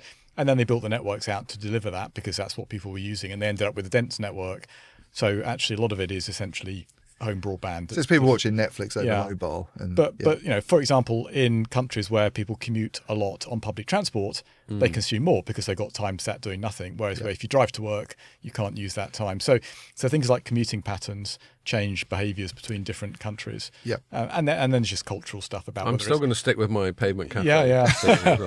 Whether it's acceptable to use a phone in certain situations or not in different countries means it's different usage levels. So my take is each country will have its own set sort of final plateau level, and it doesn't need to be the same across different countries. In fact, it will definitely be different, and we're not going to see every country all revert to Finland. Yeah, I mean, I would imagine it being quite high in somewhere like India as well, where you just don't have the fixed line networks, and apparently have people just sort of watching films on buses and other dodgy things that we won't get into talking about. But the only time our podcast's been censored was that, so I'm not going to repeat that mistake. Yeah, no, that is interesting. I wanted to flag up something in the data, which you two have both been really strong on, and it just reminds me of something I remember last time I was looking at it. I was like, what the fuck? Which is, when you look at curves, you tend to want something quite smooth, don't you? Yeah. Because that tends to be how life and nature and mathematics operates. And if there are zigzags and spikes, there needs to be an explanation for that anomaly. Yeah. And then, just looking at the chart, and I remember seeing this. So there's It's like a series of Chinese hats. Indeed. Can you say that? Or is that going to get us in trouble? I don't know. What? Should be okay. They're hats. Yeah. that they wear there. Is it actually Vietnamese hats that are more like that, really? Yeah, all right. But feel free to edit this bit. No, it's fine. I was only joking about it. You can describe me. We all know what you're talking about. Those sort of conical, sort of triangular things. I like them. And so you've drawn a chart, and the source is Ericsson data and William's own data. Well, actually, William did it. William did. The Excel data was a bit messy, so I cleaned it up a bit. Yeah. So you whacked over a spreadsheet, and then he turned it into a graph. Yeah. Okay, cool. And it's got 3 lines on it. They're all talking about the same thing, but they're lines that are derived from the Ericsson forecast at different times when it's published. Its so you can see report. forecast has changed. You can't get the old data now. So it's only because William saved all the data on his laptop. Nicely done. Yeah, well, it's funny how forecasters tend to bury their old shit. And so there's one line from 2023, one line from June 24, and one line from November 24, which would be the most recent one. And the one that really jumps out at me is the correction between June 24 and November 24. Basically they had in the June 24. This is like great radio with me describing a graph to our audience. They had a smooth declining curve. So on the y-axis we've got. You haven't labelled your axes, Ian. That's not very good, mate. Annual increase in data usage. Yeah. So. No, you've just got percentages, but you haven't got a label. It's probably my fault, actually. It's my fault. Anyway, so that's I can fix that. percentage increase in annual data usage. Yeah. So that's on the y-axis, and it's gently declining, as you might expect it to be, and it's generally leveling out at about 10%. So Ericsson's saying that growth is never going to go below 10%. Yeah, which is another thing that we could contest because it could get to 0. But then they have this jump. So they had it gently declining, 2019, 2020, 21, gently declining in a normal sort of intuitive curve. Yeah. And then suddenly it jumps up again in 24. And you're like, well, why? And then by the time, so this is only June, July, August, September, October, November, it's only 5 months later. Suddenly, that spike has been almost entirely erased. Yeah. Their June 2024 one was really problematic because they basically just hacked away a load of exabytes and went, it didn't really happen. Yeah. Because they'd done their original model, and then they got data in from regulators and telcos going, it wasn't anywhere near that high. So, so this is my issue with it. So I choose to characterize that spike as commercially driven. I mean, this is me allocating basically bad faith to Ericsson, and I might be full of shit, and they're welcome to call me out on it. But basically, they've just gone, it doesn't suit our commercial purposes for traffic to be as low as that for this year. It's conflicts of interest, really. Ericsson exactly, that's kind of what I'm alleging. Yeah, I mean, it's like, people who sell vaccines predicting that everybody's going to get ill in the next couple of years from a certain disease that this vaccine cures, isn't it? It's what we're lacking is, in fact, a really good source of unbiased forecast in the industry. I mean, Cisco used to have their forecast, and Cisco themselves are a bit biased because they're equipment, but not quite so much as the others because they kind of spread equipment over a number of different markets and so on. Yeah. But there's nobody I can think of out there who publishes a decent, solid forward-look forecast who's independent. There's plenty of people who will publish backward-looking data on what's happened, and that's great. Some fabulous sources of that, but they tend not to look at what happens next. Well, and this is where they fucked up, because if they want their data to be the de facto, to be the default, to what everyone turns to, they've got to be totally clean. Yeah. And what they've revealed here, and again, I'm happy for them to remonstrate with me and correct me. What they've revealed here is that they've allowed their forecasting and even their claimed data collection, given that this was June, this is halfway through this year, to be corrupted. And they've just pulled some numbers out of their arse to make it look better for mobile traffic growth. And that's just a really poor effort. So I think that's a really illustrative graph, and I encourage people to go to Ian's story about that. I think the graph's good because you save the data. I mean, they obviously are expecting people to probably download the data from the tool. I can't remember what the tool's called now. The Visualizer. Although they can't be that naive. There's loads of analysts out there. If it wasn't William, you'd think it'd be Dean or Omdia or whatever. Yeah. I mean, I've been and used the Visualizer a few times, but probably haven't saved it, but it's a good idea to save it because then you can sort of see what's going on. But it doesn't put them in a great light, that's for sure. I mean, another thing I was going to ask, just to sort of again play devil's advocate, is the S-curve flattening. I mean, if it does go down to zero, then we're obviously in a situation where data is just kind of plateaued and leveled out. And there have been people saying, obviously, as the volumes go up, the percentages go down because you're talking about quite big. It could be still quite a big change, but in percentage terms, it only shows up as a small number of percentage points. I mean, could we get to a stage where it's still going up quite a lot, but the percentage changes? Really, really small percentages, but the actual increase is still, because the numbers are so big, it's still actually quite a lot. So I think there's an argument which I didn't explore in the last book, and perhaps should have done, which says there's certain things that will mean it will tick up very slightly. So population increase. Yeah. Obviously, the population of the world grows, then more people get cell phones. That's about 1% a year, roughly. So you can imagine that happening.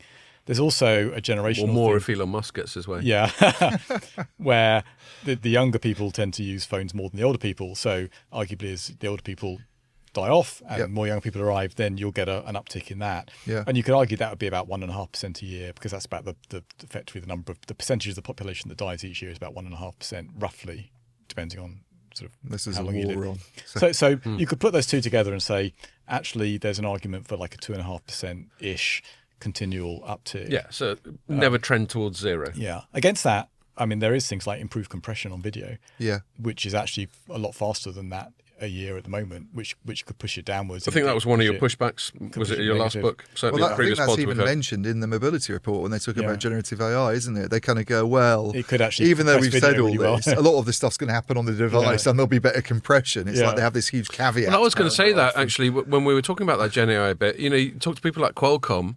Their most recent chip announcement, they went really big on their, what they call it, a neural processing unit or something like that, where a hell of a lot of that stuff's done locally. Well, I think it's either on the device or it's in the big hyperscaler cloud. I think this idea that there's a sort of role for edge is... Yeah. But even then, it doesn't necessarily mean you're going to have a lot going on the access network anyway, does it? And even then, the data transfer between the cloud and the device won't necessarily be a data-intensive thing. No. It'd just be little bursts. Exactly. Yeah.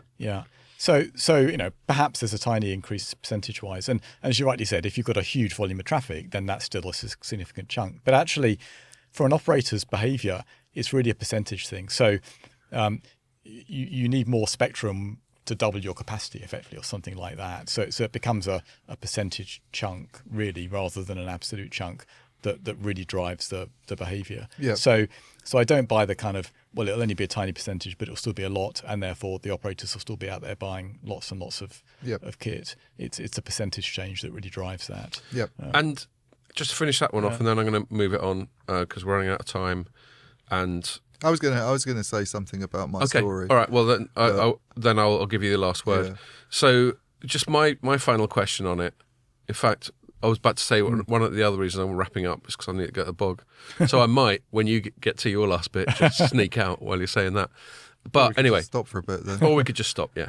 I was just going to say, William, the incentive for Ericsson to do these what appear to be statistical sleights of hand is because a hell of a lot of the telecoms business model seems to be based on this perpetual traffic growth. Yeah. So if that's not true, and if your talk of the S-curve turns out to be absolutely accurate, what does that say existentially for the telecoms industry? Does that mean that they've got to find another raison d'etre other than servicing this traffic growth? And if so, what is that? Yeah, does that go back to your 6G book? So I think actually, for the operators, it's a good news story because we're all still going to pay the same amount each month. Even if our traffic usage isn't growing, we still just keep paying the monthly fee. And the operators got to spend less on expanding their network. So it's actually good news. So it's good news for the operators. It's not so good for Ericsson. No. So for the equipment manufacturers, that essentially they sell two types of kit. One is expansion kit, more capacity, and the other is just replacement kit for stuff that wears out or rusts or needs replacement. And of course, that second element still stays there. You've still got to continually replace your base stations every 10 years or whatever it needs to be. So that market is still there. You just lose out on the expansion market. So you might imagine that they'd see a decline in sales, but then it would level off at some point when they get to that expansion point. And they still have a good business selling those because the operators are still going to need that. So it's absolutely not existential. Fine. It just means they've got to slim down a bit. And we've seen that happening already for the last few years, and I find it very hard to work out how much that slimming down is, whether they're almost there already or whether there's actually a long way to go. That's not something I've been able to find a good way to get numbers to. I've just found, before you say your thing, I just found it on TechMeme, that data point I was looking for from that Ofcom report. So this is a headline from Ingrid London from TechCrunch. UK adults now spend 4 hours and 20 minutes on average daily online, a jump from 3 hours and 41 minutes in 2023. So that's quite a big jump. That's 40 more minutes. Yeah. In 1 year. Yeah, there's only a certain amount of time in the day, though, isn't there? So but this is the thing. This is a point back to the S-curve thing. We might have assumed that we got to a point where it was near a ceiling, and yet that amount of jump, I can't do the percentage calculation in my head, but it's like 10% plus, implies that we haven't hit that ceiling yet. That's all. But there is obviously a ceiling, isn't there? Because there's only a certain number of hours. Of course there is. But the question you asked was the point I sort of wanted to make. Yeah, go on. Because I think Nick probably wrote about this as well. The sort of value rather than volume. This recognition that traffic growth slowing has brought this, which is the reason for my headline. This kind of change in the message, really, that well, if you can't just flog more kit for capacity reasons, and you are just relying on a replacement market, they're obviously, as a commercial company, going to look for where they can kind of grow their sales, and they're very much positioning this whole. They're kind of buying into this software upgradability side of things. Really, they had this 5G Advanced update recently, which is all about rolling out new features to do with, and the API story fits into this as well to some extent. Being able to enable software on existing hardware, being able to access features through network slices that are activated by APIs. The problem for me with some of it is how kind of monetizable some of that stuff is. I think that's a question that I raised in my story. It's like this idea that you can pinpoint a user location more accurately with 5G standalone, or you can power down. I mean, the powering down of base stations and energy savings and extending battery life sounds all very nice, but there's not really a sales opportunity in that. Yes, and the one that's most obviously maybe monetizable is this kind of quality on demand idea. But I just have a real philosophical problem with it, which I did write about. I think it just seems like you're kind of saying, well, and they've marketed 5G on the basis that it's a high quality, low latency service. And now they're kind of saying, well, there's something better that you can't get on that, but you have to pay a bit more for it. It's a bit opportunistic, isn't it, in a way? It's like people are going to go, hang on a minute, aren't I paying for the best service that's available with my 5G now? Tough sell. And the ultimate... the not shit button, as Dean Bubley calls it. The not shit button. I think he might have said it first. But I think he might have quoted us. Shit button. He quoted us calling it the not shit button. The less shit button, yeah. I mean, and the ultimate thing that we all do, I don't know if you do this, William, but those of us who are immersed in the industry, obviously in our different ways, us as journalists, you as more of a sort of technical person, we're all married to people who don't spend their days elbows deep in the fucking telecoms industry. And so every now and then you can just sanity check stuff with them. And you go, your wife is called MrsTelecoms.com. MrsTelecoms.com, yeah. I mean, she hasn't necessarily gone along with that. And every now and then you can go, so what do you think of 5G? And you'll get a sort of meh. Yeah. And it's obviously not. It's not scientifically relevant. It's not an exhaustive survey, but it's just a little bit of sanity checking. Just talk to a regular person, your other half. I don't think they care kids, about it at your all. mates. No, so exactly. So there's a really interesting bit somebody who delved into detail much more than me pulled out of the CMA's report on the 3 Vodafone merger, and in Appendix D of the extra material. I'm reading that today, I think. They've done this propensity to pay survey of people around the UK to try and work out a whole load of stuff about, what you'll pay for. And they discover that people will pay a bit more for an unlimited bundle. That ticks the box. They'll pay a bit more for something like free Netflix service. And then they asked them, how much more would you pay for 5G? The answer was 0. Yeah. Exactly 0. Which a lot of the operators knew at the time. I remember, was it Vodafone when they launched their 5G? There was no premium at all. Yeah. Okay, look. Let's before we do the final segment, let's have a quick interlude. One more thing. Go ahead. On the this notion that people will pay for these extra features and more speed, because the operators themselves aren't going to make money from APIs. They're going to have to make money from extra network usage. If you look at what's happened with ARPU in some countries with the shift from 3G to 4G to 5G, it's really I think Vodafone's in the UK has gone down from something like 36 back in 2013 for a prepaid customer to about 17 or 18 now. Put it in my story. I couldn't believe it was that steep a drop, but there's never been this increase in ARPU that has been hoped for ever since the days of 3G. Yeah. When you make networks more responsive, more capable, people aren't spending more on them, and that's the fundamental problem I think they've got with things like quality on demand. Do you want me to read your ARPU paragraph or bits of it? Full of data. Yeah. So ARPU, which for people who are listening to this who don't know, which would surprise me, which stands for average revenue per user.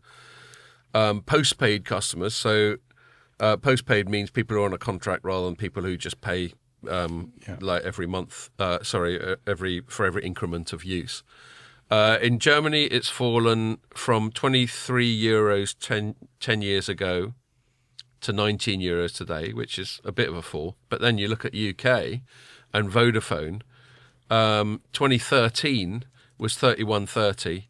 Right, and at the end of last year, it was £17.20. So that's almost half. There's been half. Inflation of quite a lot since then. Yeah, and there's been inflation. Yeah. So in real terms, that will be half, won't it?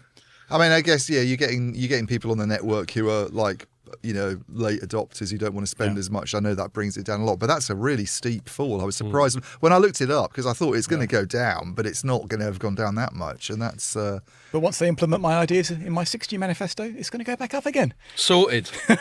Right. Can we have a break now? Yeah. Okay, and we're back in the room. So our final segment is to talk about Nokia again, second week running. And again, I will defer actually even more to Ian on this one, given that the story that we all wrote this week, he wrote 9 months ago. I did look at the press release and go... That's a fucking deja vu. Yeah. So our headline was, I actually wrote this, I actually did some writing, good for me. Nokia finally replaces Huawei at 3,000 Deutsche Telekom 5G sites. And Ian's headline was... No, that's the other one. Nokia to finally boot Huawei out of Deutsche Telekom 5G sites. So very similar. Mine went up before yours, not because I'm in any way more efficient than you, just because we have a very streamlined copy editing process, which consists of me writing it and whacking it on the fucking site. Whereas you actually have proper sub-editors and things like that. I'll shut up now. So tell us about this story, Ian. So Nokia was in the Deutsche Telekom German radio access network years ago. They're actually one of their main... They have two vendors. Yeah. Most telcos tend to have two vendors, don't they? Because you don't want to sort of be ideally reliant on one. But the way it's worked in traditional RAN is you look after a geography and then someone else looks after another geographical zone, whereas Open RAN is trying to sort of change that up a bit. But they... As I understand it, they had about a third of the network. The other 2/3 is Huawei. And then in 2018, they lost their deal to Ericsson. Yeah. It was one of the first of a number of setbacks for Nokia. They had like real problems right about the time. Rough time of it. They had a real rough time, I think, when they merged with Alcatel-Lucent. They just basically lost the plot, really. And they had all that FPGA stuff and all that. Yeah, I mean, there was that, but there was some other things going on as well. And I just think they had all sorts of strategic issues and it's amazing how often those portfolios mega M&A turns out to be a shit idea. Yeah, I mean, I think with the mobile was always going to be the problem because that was the thing that was overlap, and you're trying to figure out how to sort of resolve that overlap. Whereas any of the core stuff and the IP and optical stuff that Alcatel-Lucent did, Nokia wasn't in that market, so they didn't really have to sort of deal with anything there. But they had various issues. They lost a few deals. The big one was Verizon to Samsung. Everybody made a fuss about that at the time. Especially to Samsung. I mean, if it's to Ericsson, that's one thing, but to Samsung. I mean, this was before that. This was before 5G was being done. This was a replacement of like 4G and older kit when it was going on that they lost to Ericsson. And so they've obviously been sort of trying to get back into that network, but it's not going to come at Ericsson's expense, obviously. I mean, Deutsche Telekom's kind of recently introduced them and they seem to be pretty happy. Mm-hmm. There's this huge concern about Chinese vendors in the European Union at the moment. Especially Germany, which has not moved aggressively against them in the way that the UK and certain other governments have done. And obviously, I think a lot of other vendors are kind of looking at Germany and seeing maybe there's a potential opportunity there. Yeah, and you wrote another cool piece not that long ago about that sort of fudge that they come up with, where you can sort of get rid of Huawei but sort of keep them in. Yeah, I mean, so the interesting thing about the Nokia deal, and you were saying I wrote about it 9 months ago, so I did an interview with Nokia at Mobile World Congress, and they kind of in the course of good effort. It was on the Sunday, wasn't it? It was on the Sunday. You must have been feeling a bit rough. So you get even more respect for this. I mean, it was with their like top executive, other than the CFO and the CEO. Really, it was just Tommy Wheato, who's like the head of the mobile business. The good thing about interviewing people at that level is they can sort of tell you things that someone lower down wouldn't. And he went, "Yeah, we basically got this deal to do sometimes more things than in retrospect they wish they had." Yeah, well, I think he probably. Yeah, maybe they did jump the gun a bit in announcing this deal for 3,000 sites to replace Huawei, and then there was a bit of pushback afterwards, and maybe it's not happening. What's going on? Nothing really seems to have happened for the subsequent 9 months, and then they came out with this press release. Was it Wednesday? I think this week. Yeah, a couple of days ago. Yeah. Saying that it was almost the same thing that I wrote, 3,000 sites. Where it was yesterday. Right? It makes you wonder, and I don't have the full story of what's gone on in the intervening 9 months. It sounds like it could be a number of things. I think there's probably working out the T's and C's. There's a lot of it. You know what they're because if you're doing a swap, if you're swapping anybody. I mean, you'll know this better than anyone, William. It's a cost, isn't it? And either the vendor carries that or the operator carries that, and there's probably some negotiation about who's going to. How the split gets done. It's like this the AT&T job in America that's happening with where they're replacing Nokia with Ericsson. There's a lot of speculation about how much that's costing Ericsson to do that, even though the number they've attached to the value of it sounds really good. They're taking out a lot of equipment that hasn't fully depreciated. Exactly, so, that's the real point. I mean, you could do a swap at the optimal point in the depreciation process. Yeah. And there'd be minimal additional cost. But if you any time earlier... But I think even for vendors doing any swap, even if it's at the end of the depreciation process, is not viewed to be as profitable as doing a software job or an upgrade or putting in line cards. There's bound to be a fair bit of extra aggro. Yeah, it's extra. It's like lower margin work. And so I don't know about... And I think a lot of it's to do with just T's and C's and that sort of stuff. But the interesting thing is it's also happened in a year when there's been these weird developments going on about what to do about Huawei. So Huawei is everywhere in Germany. I think it's like the estimates are it's between... You've got three big operators. You've got Deutsche Telekom, Vodafone and Telefonica. There's a smaller one called 1&1 that's not really gone anywhere. It's trying to do an Open RAN deployment, but it's not really got a presence. We spoke last week about how well that's going. Yeah, the big three are really reliant on Huawei. I think if you look at various estimates, it's between 50% and 60% of base stations are Huawei's. Deutsche Telekom, I think, based on all the data I've got from various people over the years, is, as I say, it's about 2/3 Huawei, now 1/3 Ericsson. It's say 30,000 sites. I think it's a bit more than that. It's a big network, it's like one of the biggest in Europe, so it's a good deal to have. But they don't want to. Whereas the UK came out quite aggressively, and I think in response to US pressure, and because it was part of the Five Eyes sort of club of spies, if you like. It was probably under quite serious pressure to do something about it. Germany and other European countries have been more resistant, and I think they're worried in the case of Germany about. I mean, you notice when Sweden banned Huawei, one of the first things that happened was Ericsson's market share went down a lot in China. And I think that with Germany, they're really quite exposed on the trade front. Totally. We know how the CCP operates. Yeah. They can be quite vindictive. Yeah. I mean, I remember during the pandemic when Australia went, hold on a sec, where'd this fucking bug come from? And then they went, right, no more Australian wine imports. And it was like, it's such a jarring non sequitur that you were just like, okay, this is, everyone's just playing little games here. Yeah. So they've got, I think the German Federal Office put some data up last year. China's like pretty much their biggest trading partner, I think, in 2023. Yeah. It's like exports and imports. There's loads of German cars and machine tools that get sold to China. So I think they're worried that if they did an outright ban, that's the big impact. Then you've got the cost of swapping it out. Like when they banned Huawei in the UK in 2020, 5G hadn't really been very widely deployed then, so it was arguably an easier job. You had to take 4G out as well, but even then it's like, I mean, Howard Watson at BT moans about this $500 million cost, but it's actually not that bad in the bigger scheme of things. Yeah. But you look at Germany, it's probably, I think Barclays estimates, you're talking about billions. Really, Well, partly by kicking the can so far down the road, they've made it more expensive. They made it more expensive. They've got Deutsche Telekom's annual reports say they're now at 98% 5G coverage. So, they have a lot of antennas and a lot of kit that they'd have to take out and hasn't depreciated. They'd have to take it out, put someone else in, and I think given all of that, the German government's been going, well, what can we do to respond to EU pressure about high-risk vendors, because the EU is saying you need to do something about high-risk vendors. There's some politicians in Germany who see it probably as an opportunity to have a go at the government and put pressure on them. They've had this experience, I think, recently with Russia, where they, all their energy is basically coming from Russia, and then of course Russia invades Ukraine, and you're in a situation where and then suddenly the pipeline stops working all of a sudden, spontaneously combusts because you're on the other side. So I think they have been looking at it more seriously. But the thing that they did in the summer, I thought was a real fudge, which was to sort of say you can keep, what you have to do is you have to make sure that there's no Huawei in the core. So you can't have a core network that's provided by Huawei. Well, they'd all done that anyway. Yeah. They'd actually all replaced Huawei in the core. So that's like a fait accompli. That's just like a meaningless and gesture.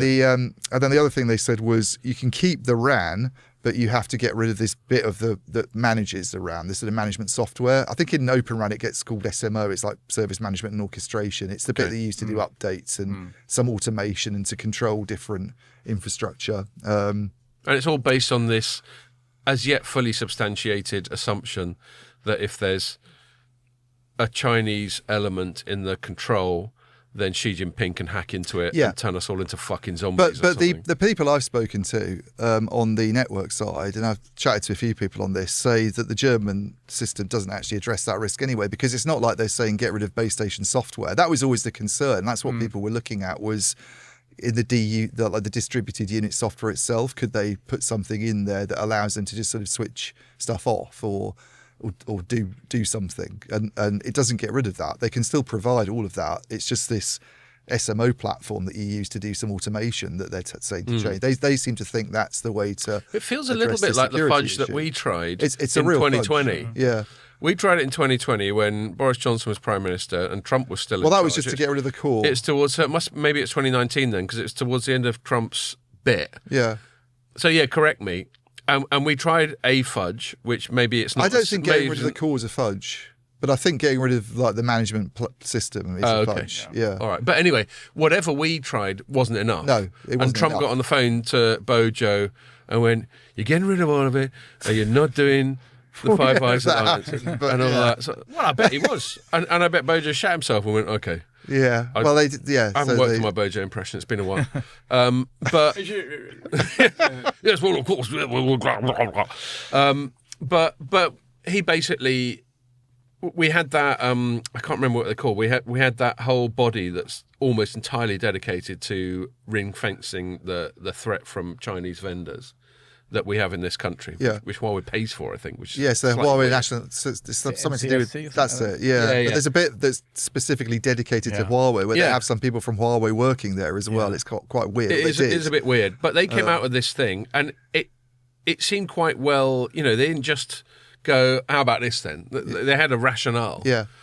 But then that wasn't good enough, and my interpretation was that there was direct political pressure from Trump to Bojo, and he capitulated. The only reason I bring it up is this feels, and correct me, this feels like a similar attempt to try and balance pressure from the Yanks, and the need, the I think desire pressure to from the not. EU actually as well. Yeah, well, there's the toolkit, the toolkit, whatever. Yeah. But then also, and I think totally pressure at home in understandable. Germany, because as I say, there are German politicians who think there should be a harder line on Huawei. So there'll be a bit it's more quite a big hawkish topic. towards If you look China. at Handelsblatt, they occasionally write about it, and it's quite sort of it's it's like, oh, what are we doing enough? Are we not doing enough? So I think they've tried to address it with this. What I think from talking to experts isn't really a way to resolve. If you think there's a security issue, it's not really a way to resolve the security issue. By the way, I'm not saying I think Huawei does nefarious things with software. That's never been proven, but this is the position that's been taken. But it's operating from that assumption, which we don't necessarily concur with. that all the rest of the cascade of events so happens. And so for a while it almost seemed like the fact this deal that I wrote about in February nothing had really happened on it, and then you had all this news coming out in the summer about, and then they talked at their Capital Markets Day quite recently about developing their own management system that could be used with Huawei's RAN. You almost thought this whole deal, and as I understand it, nothing's really happened, by the way, on that 3,000 site stuff since February. Yeah, which is, the fact that they're announcing it now almost actually shows nothing's happened on it. because you don't announce something if it's already been done. Especially when when because I chatted to you about it, as soon as I saw it, I thought, hold on a sec, that rings a fucking bell. Yeah, and I was pinging you on Teams, and then you reminded me of your story. But it almost seems like it's none of the details are almost identical to your story from 9 months ago. They are. It's the same story, and it's almost as though. As I say, there could be a T's and C's thing, but it's almost as though the German operators have been going, well, hang on a minute, what's going to happen? They've got Nokia lined up there because they're thinking we might have to kind of bring them in, but really we don't want to take out the whole of the Huawei network because it's going to cost us a lot, and the German government doesn't either because of trade issues. They've got this workaround now in the summer. It all looks like maybe we don't need to use what, but then the deal's got announced anyway, and it still leaves a lot of speculation. And it's still only like 10% or so. The timing's quite interesting because, as I understand it, there's parts of the EU that aren't very happy with the German solution. Yeah, for exactly the reasons that I've just said, that it doesn't seem like a good way to deal with the security issue. Donald Trump's back in the White House in a few weeks' time. Yeah.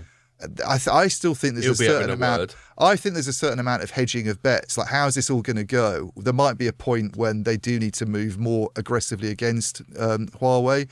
They're probably playing for time. They're probably not thinking. To talk about 6G in the 6G era, whatever that is, I suspect they're thinking of things are the same as they are now or worse. We're not going to be using Huawei in the network. Therefore, it's a good time to have optionality there in the network. And you've got this Finnish vendor that's over some of the product issues it had a few years ago. I think it's probably resolved a lot of that stuff. We did talk about some of that last week, but I think the perception is Nokia's in a much better place than it was back in 2019.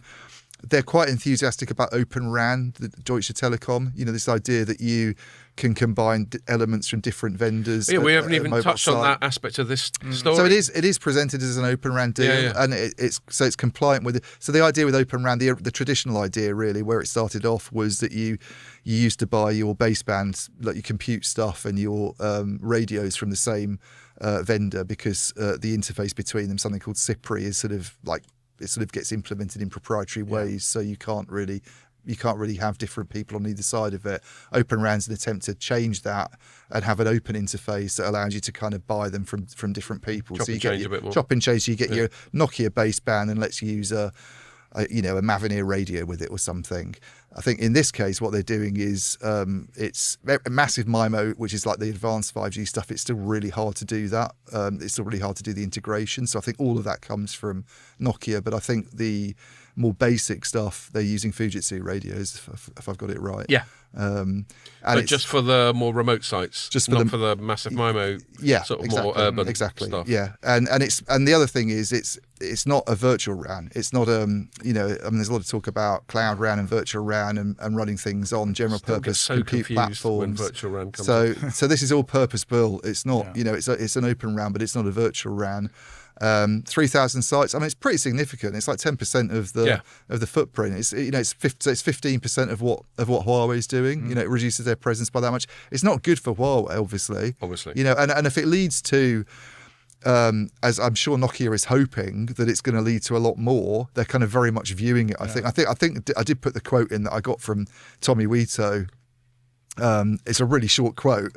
Where I was saying, well, is it going to go beyond that? And he sort of went, well, why would you only give someone 3,000 sites? It's like, why give somebody just 3,000? Yeah, said Wito back in February. I actually directly quoted from your story in my write-up, because he did go. Let me find my one. So I actually was just linking straight to you, because there didn't seem to be any point in burying this story that I was covering. You'd already covered fucking 9 months ago. But I can see his point there. Why would you just bring someone in to do 10% of the network? So here's a direct quote that I extracted from your story from end of February this year.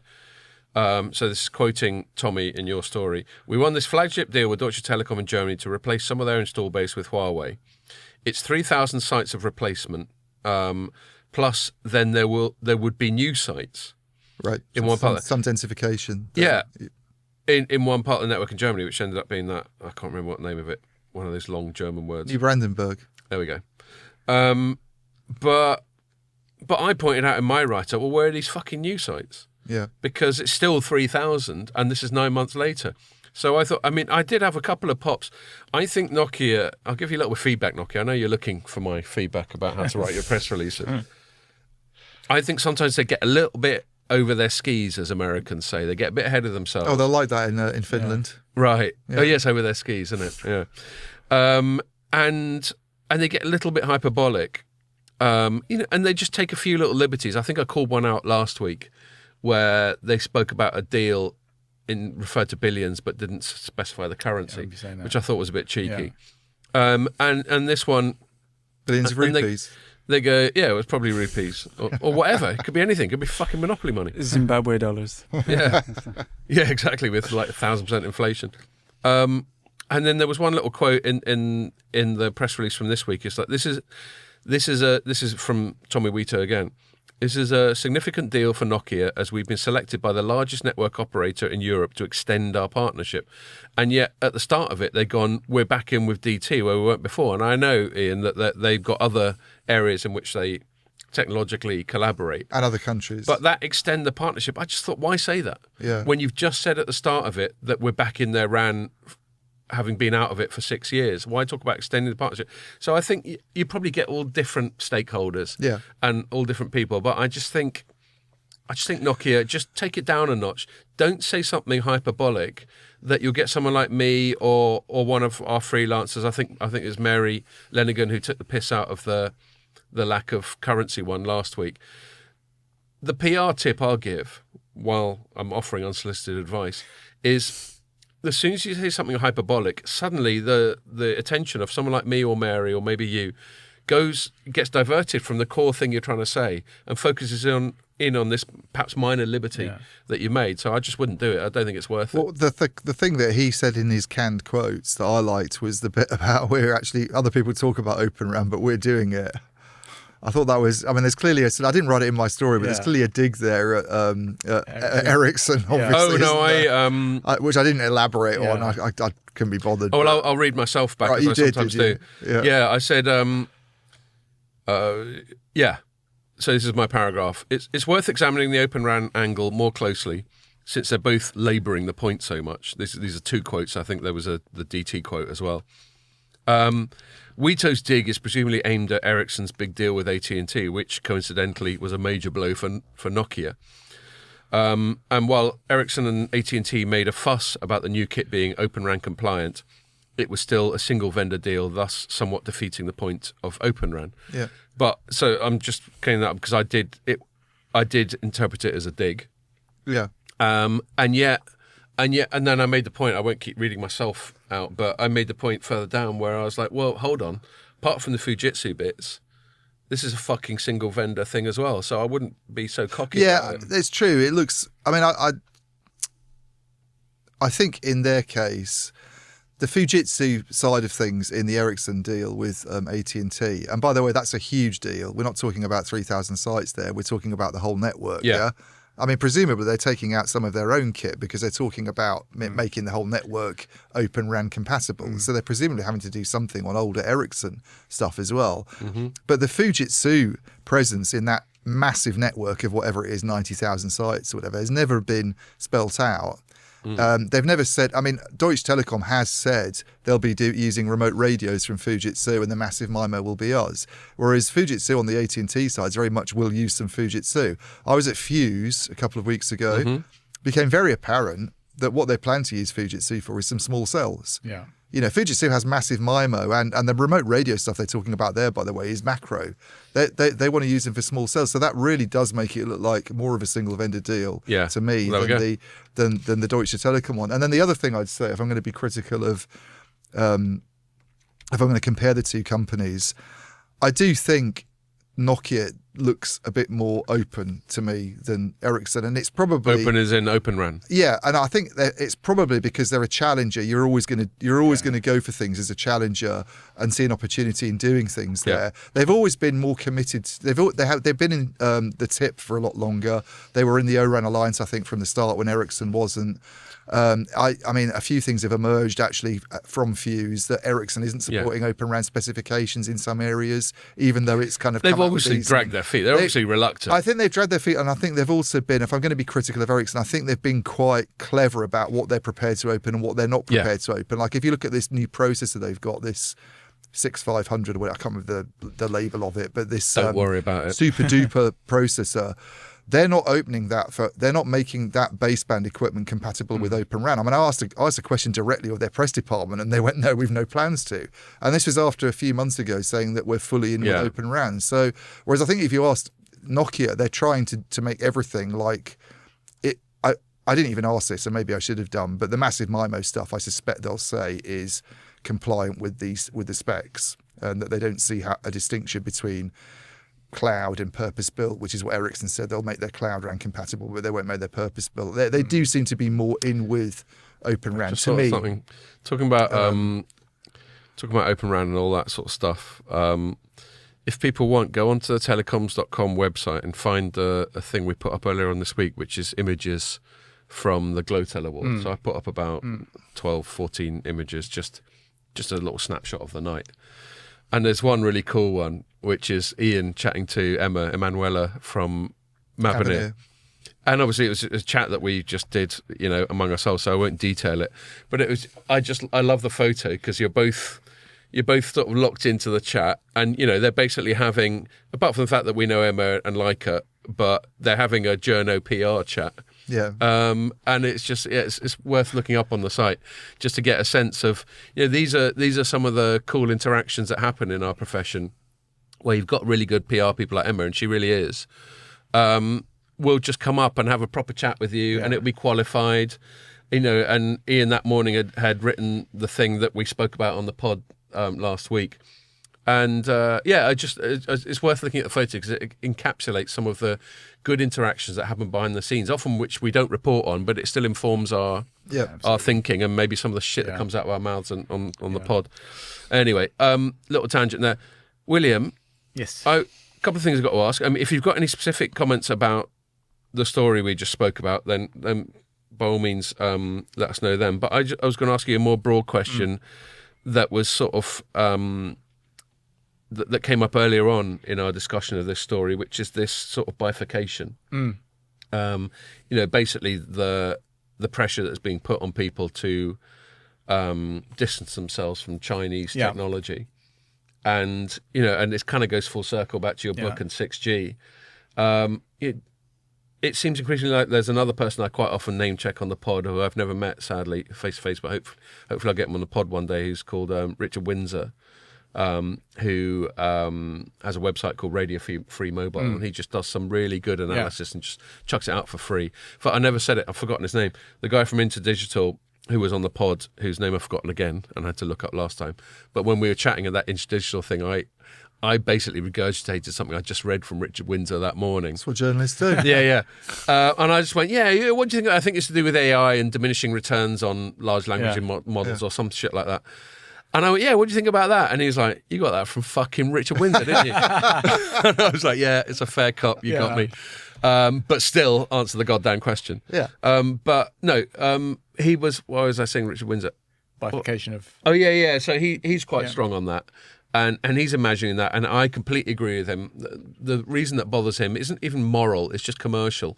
It's if we do insist on there being a Chinese sphere of influence and an American sphere of influence, it obviously diminishes everyone by splitting up. So I just wanted to have your thoughts on that sort of geopolitical side of things, and how you think that might affect 6G and that sort of thing. Yeah, so I think it's quite possible that we will end up with two standards, or even more potentially. But there's a clear, as you said, China versus the rest of the world, or at least China and its US kind of close allies and Western. Because I think people sometimes underestimate the Chinese sphere. Yeah, it's pretty extensive. Africa and other places like that is pretty strong. I don't see that as too big a deal. I know many people throw their hands up in horror and say, we've got to have one global standard. And clearly, it's better if you do. But you get pretty damn good economies of scale once you get to about 10 to 100 million units. Yeah. And we're talking about 6 billion handsets or something. So even if you split that into two at 3 billion, you've still got enormous economies of scale. Fair enough. And most handsets now have got about 20 standards in them. If you 2G, 3G, 4G, 5G, variants of Wi-Fi, Bluetooth, near field communications, GPS, God knows what else. So if they end up with 2 different 6G standards, as long as they use the same frequency bands, it's not actually that big a deal to add in the extra software processing. Cool, that's good perspective. So whilst I wouldn't advocate it, and I wouldn't say we should definitely go for 2 standards, I think if it did happen that way, it wouldn't be the end of the world. And actually, it may be that we then end up with the 5G on steroid standards that is more the sort of Chinese one, and perhaps something a bit more sensible, ideally along the lines that I set out, but who knows, that comes out of somewhere else, and then you get a bit of healthy competition between the two, and we can see which one is that's actually true. one that people Actually, that's a really good alternative. Yeah. That was the concern when my one interview that I ever did with Boy Ekholm, which I just talked to him about China basically and geopolitics. Because if you're going to talk to a CEO, you're not going to sort of ask him about his latest chip. Or you could be like Ray and ask him about football. Yeah, you could do that. But his concern, and he foresaw a kind of possibility that the standard would bifurcate, and he totally agreed, William, that it wouldn't be a problem economies of scale wise. His worries was that if we end up with a 2-lane system, that we sort of fall behind China. That was his big concern. Actually, he was like, we don't. And that's their incentive. Their incentive is to kick our ass. It's a market of 1 billion people. They're investing a lot in engineering skills these days. They're trying to be more self-sufficient. There's all this stuff, and we could lose out by just not being able to be a part of that kind of ecosystem. And you end up with this 2-horse race where maybe they end up racing ahead. And I mean, a lot of this, I suspect these thoughts are still in his head, because in the last couple of weeks, am I moving over again? No. Pierre, I can see you laughing that I'm doing. William moved as well. No. I was laughing at Pierre yawning. Actually, I'm really boring. Deary me. No, he wasn't yawning at you. Don't take it personally. I think these thoughts are probably still in his mind, because he's this week or last week or whatever moaning about not being happy in Europe, and he wants to move to America. Oh, indeed. I mean, I think some of it's tongue in cheek, and he's just probably trying to get trying to put a bit of pressure on the EU. But, I think that there is a risk, but equally, I think there's a possibility that actually China picks the wrong path and it goes down a 5G on steroids that actually turns out to be something nobody wants and is of no value. And Europe and the US picks the right path, which is what I've been advocating, of course, is absolutely the right path, clearly. And we end up with something everyone wants, and actually we end up ahead as a result of picking a path that's a better path. So I don't think it necessarily implies falling behind. It might actually imply the opposite. And back to earlier comments, in any case, I can't see anything in the 6G world that is so essential that if as a country you haven't got it, you fall behind in some way that's really material to you. I mean, as long as you got 4G, you've still got like 99% of all the shit you need anyway. Exactly. Cool. Well, I was about to get there actually, Pierre, having been prompted by your yawning. I think we've done close to 2 hours. Anyway, we're over 2 hours. Okay. Well, I think that's a natural wrapping up point anyway. Yeah. So thanks again, William. So just to remind everyone again, his book's called The 6G Manifesto. I presume you'll direct people to Amazon primarily to buy it. Yeah. I think it's real food for thought. And I guess I do hope that some other people in the industry do read it. Obviously, they don't have to agree, but they'll at least have a little bit of a rethink, because I think over the next 5 to 10 years, we're going to be critiquing these bright ideas. Like we never even got onto, and I won't do it now, the reflective surfaces thing. Yeah. Oh yeah, we were going to have a big section on that. Right, let's do come back. We'll do it next time. But there's a lot of bright ideas, but we're all struggling to see them. A, the need for them, and B, the ROI on them. So just everyone have a think. And I agree with you. I think it'd be great if everyone got together in a room, the sort of apocryphal smoke-filled room, and had a little think and gone, hold on a sec, what the fuck are we doing here? Because you wonder whether that happens sometimes. As long as we're in that room as well, Scott. Yeah, well, that's the last thing they need. And actually, journalists. just a quick call out. So there's something a little bit like that, which is something that Dean and myself and a guy called Jeff Hollingworth set up, which is the 6G Reset Initiative, which is available on LinkedIn. So if anyone wants to sort of have a voice, I'm delighted to hear it. And that's somewhere where you can go and... So say that again, the destination? It's called 6G Reset. there's a website. You can just type in 6G Reset. You'll find the website, and that will redirect And it's you a to LinkedIn-based it's a LinkedIn thing. group, where anyone is welcome to chip in and chat about what they think 6G. I've should noticed be you, or like something. both you and Dean are quite prolific on LinkedIn. I've noticed you having a Jeff lot is of as well, I think. to and Yeah. fro. Yeah. So that's good, and it's a good thing. I mean, last week a big part of our pod was about a LinkedIn post as well. There's a lot of really good discussion going on LinkedIn, so fair enough. Just as other social media goes even more mental, LinkedIn seems to be quite constructive. Okay, well, I'll wrap it up there. Thanks again, William. Great to Thank see you, mate. Yeah. And thanks for listening, and make sure you join us for the next one.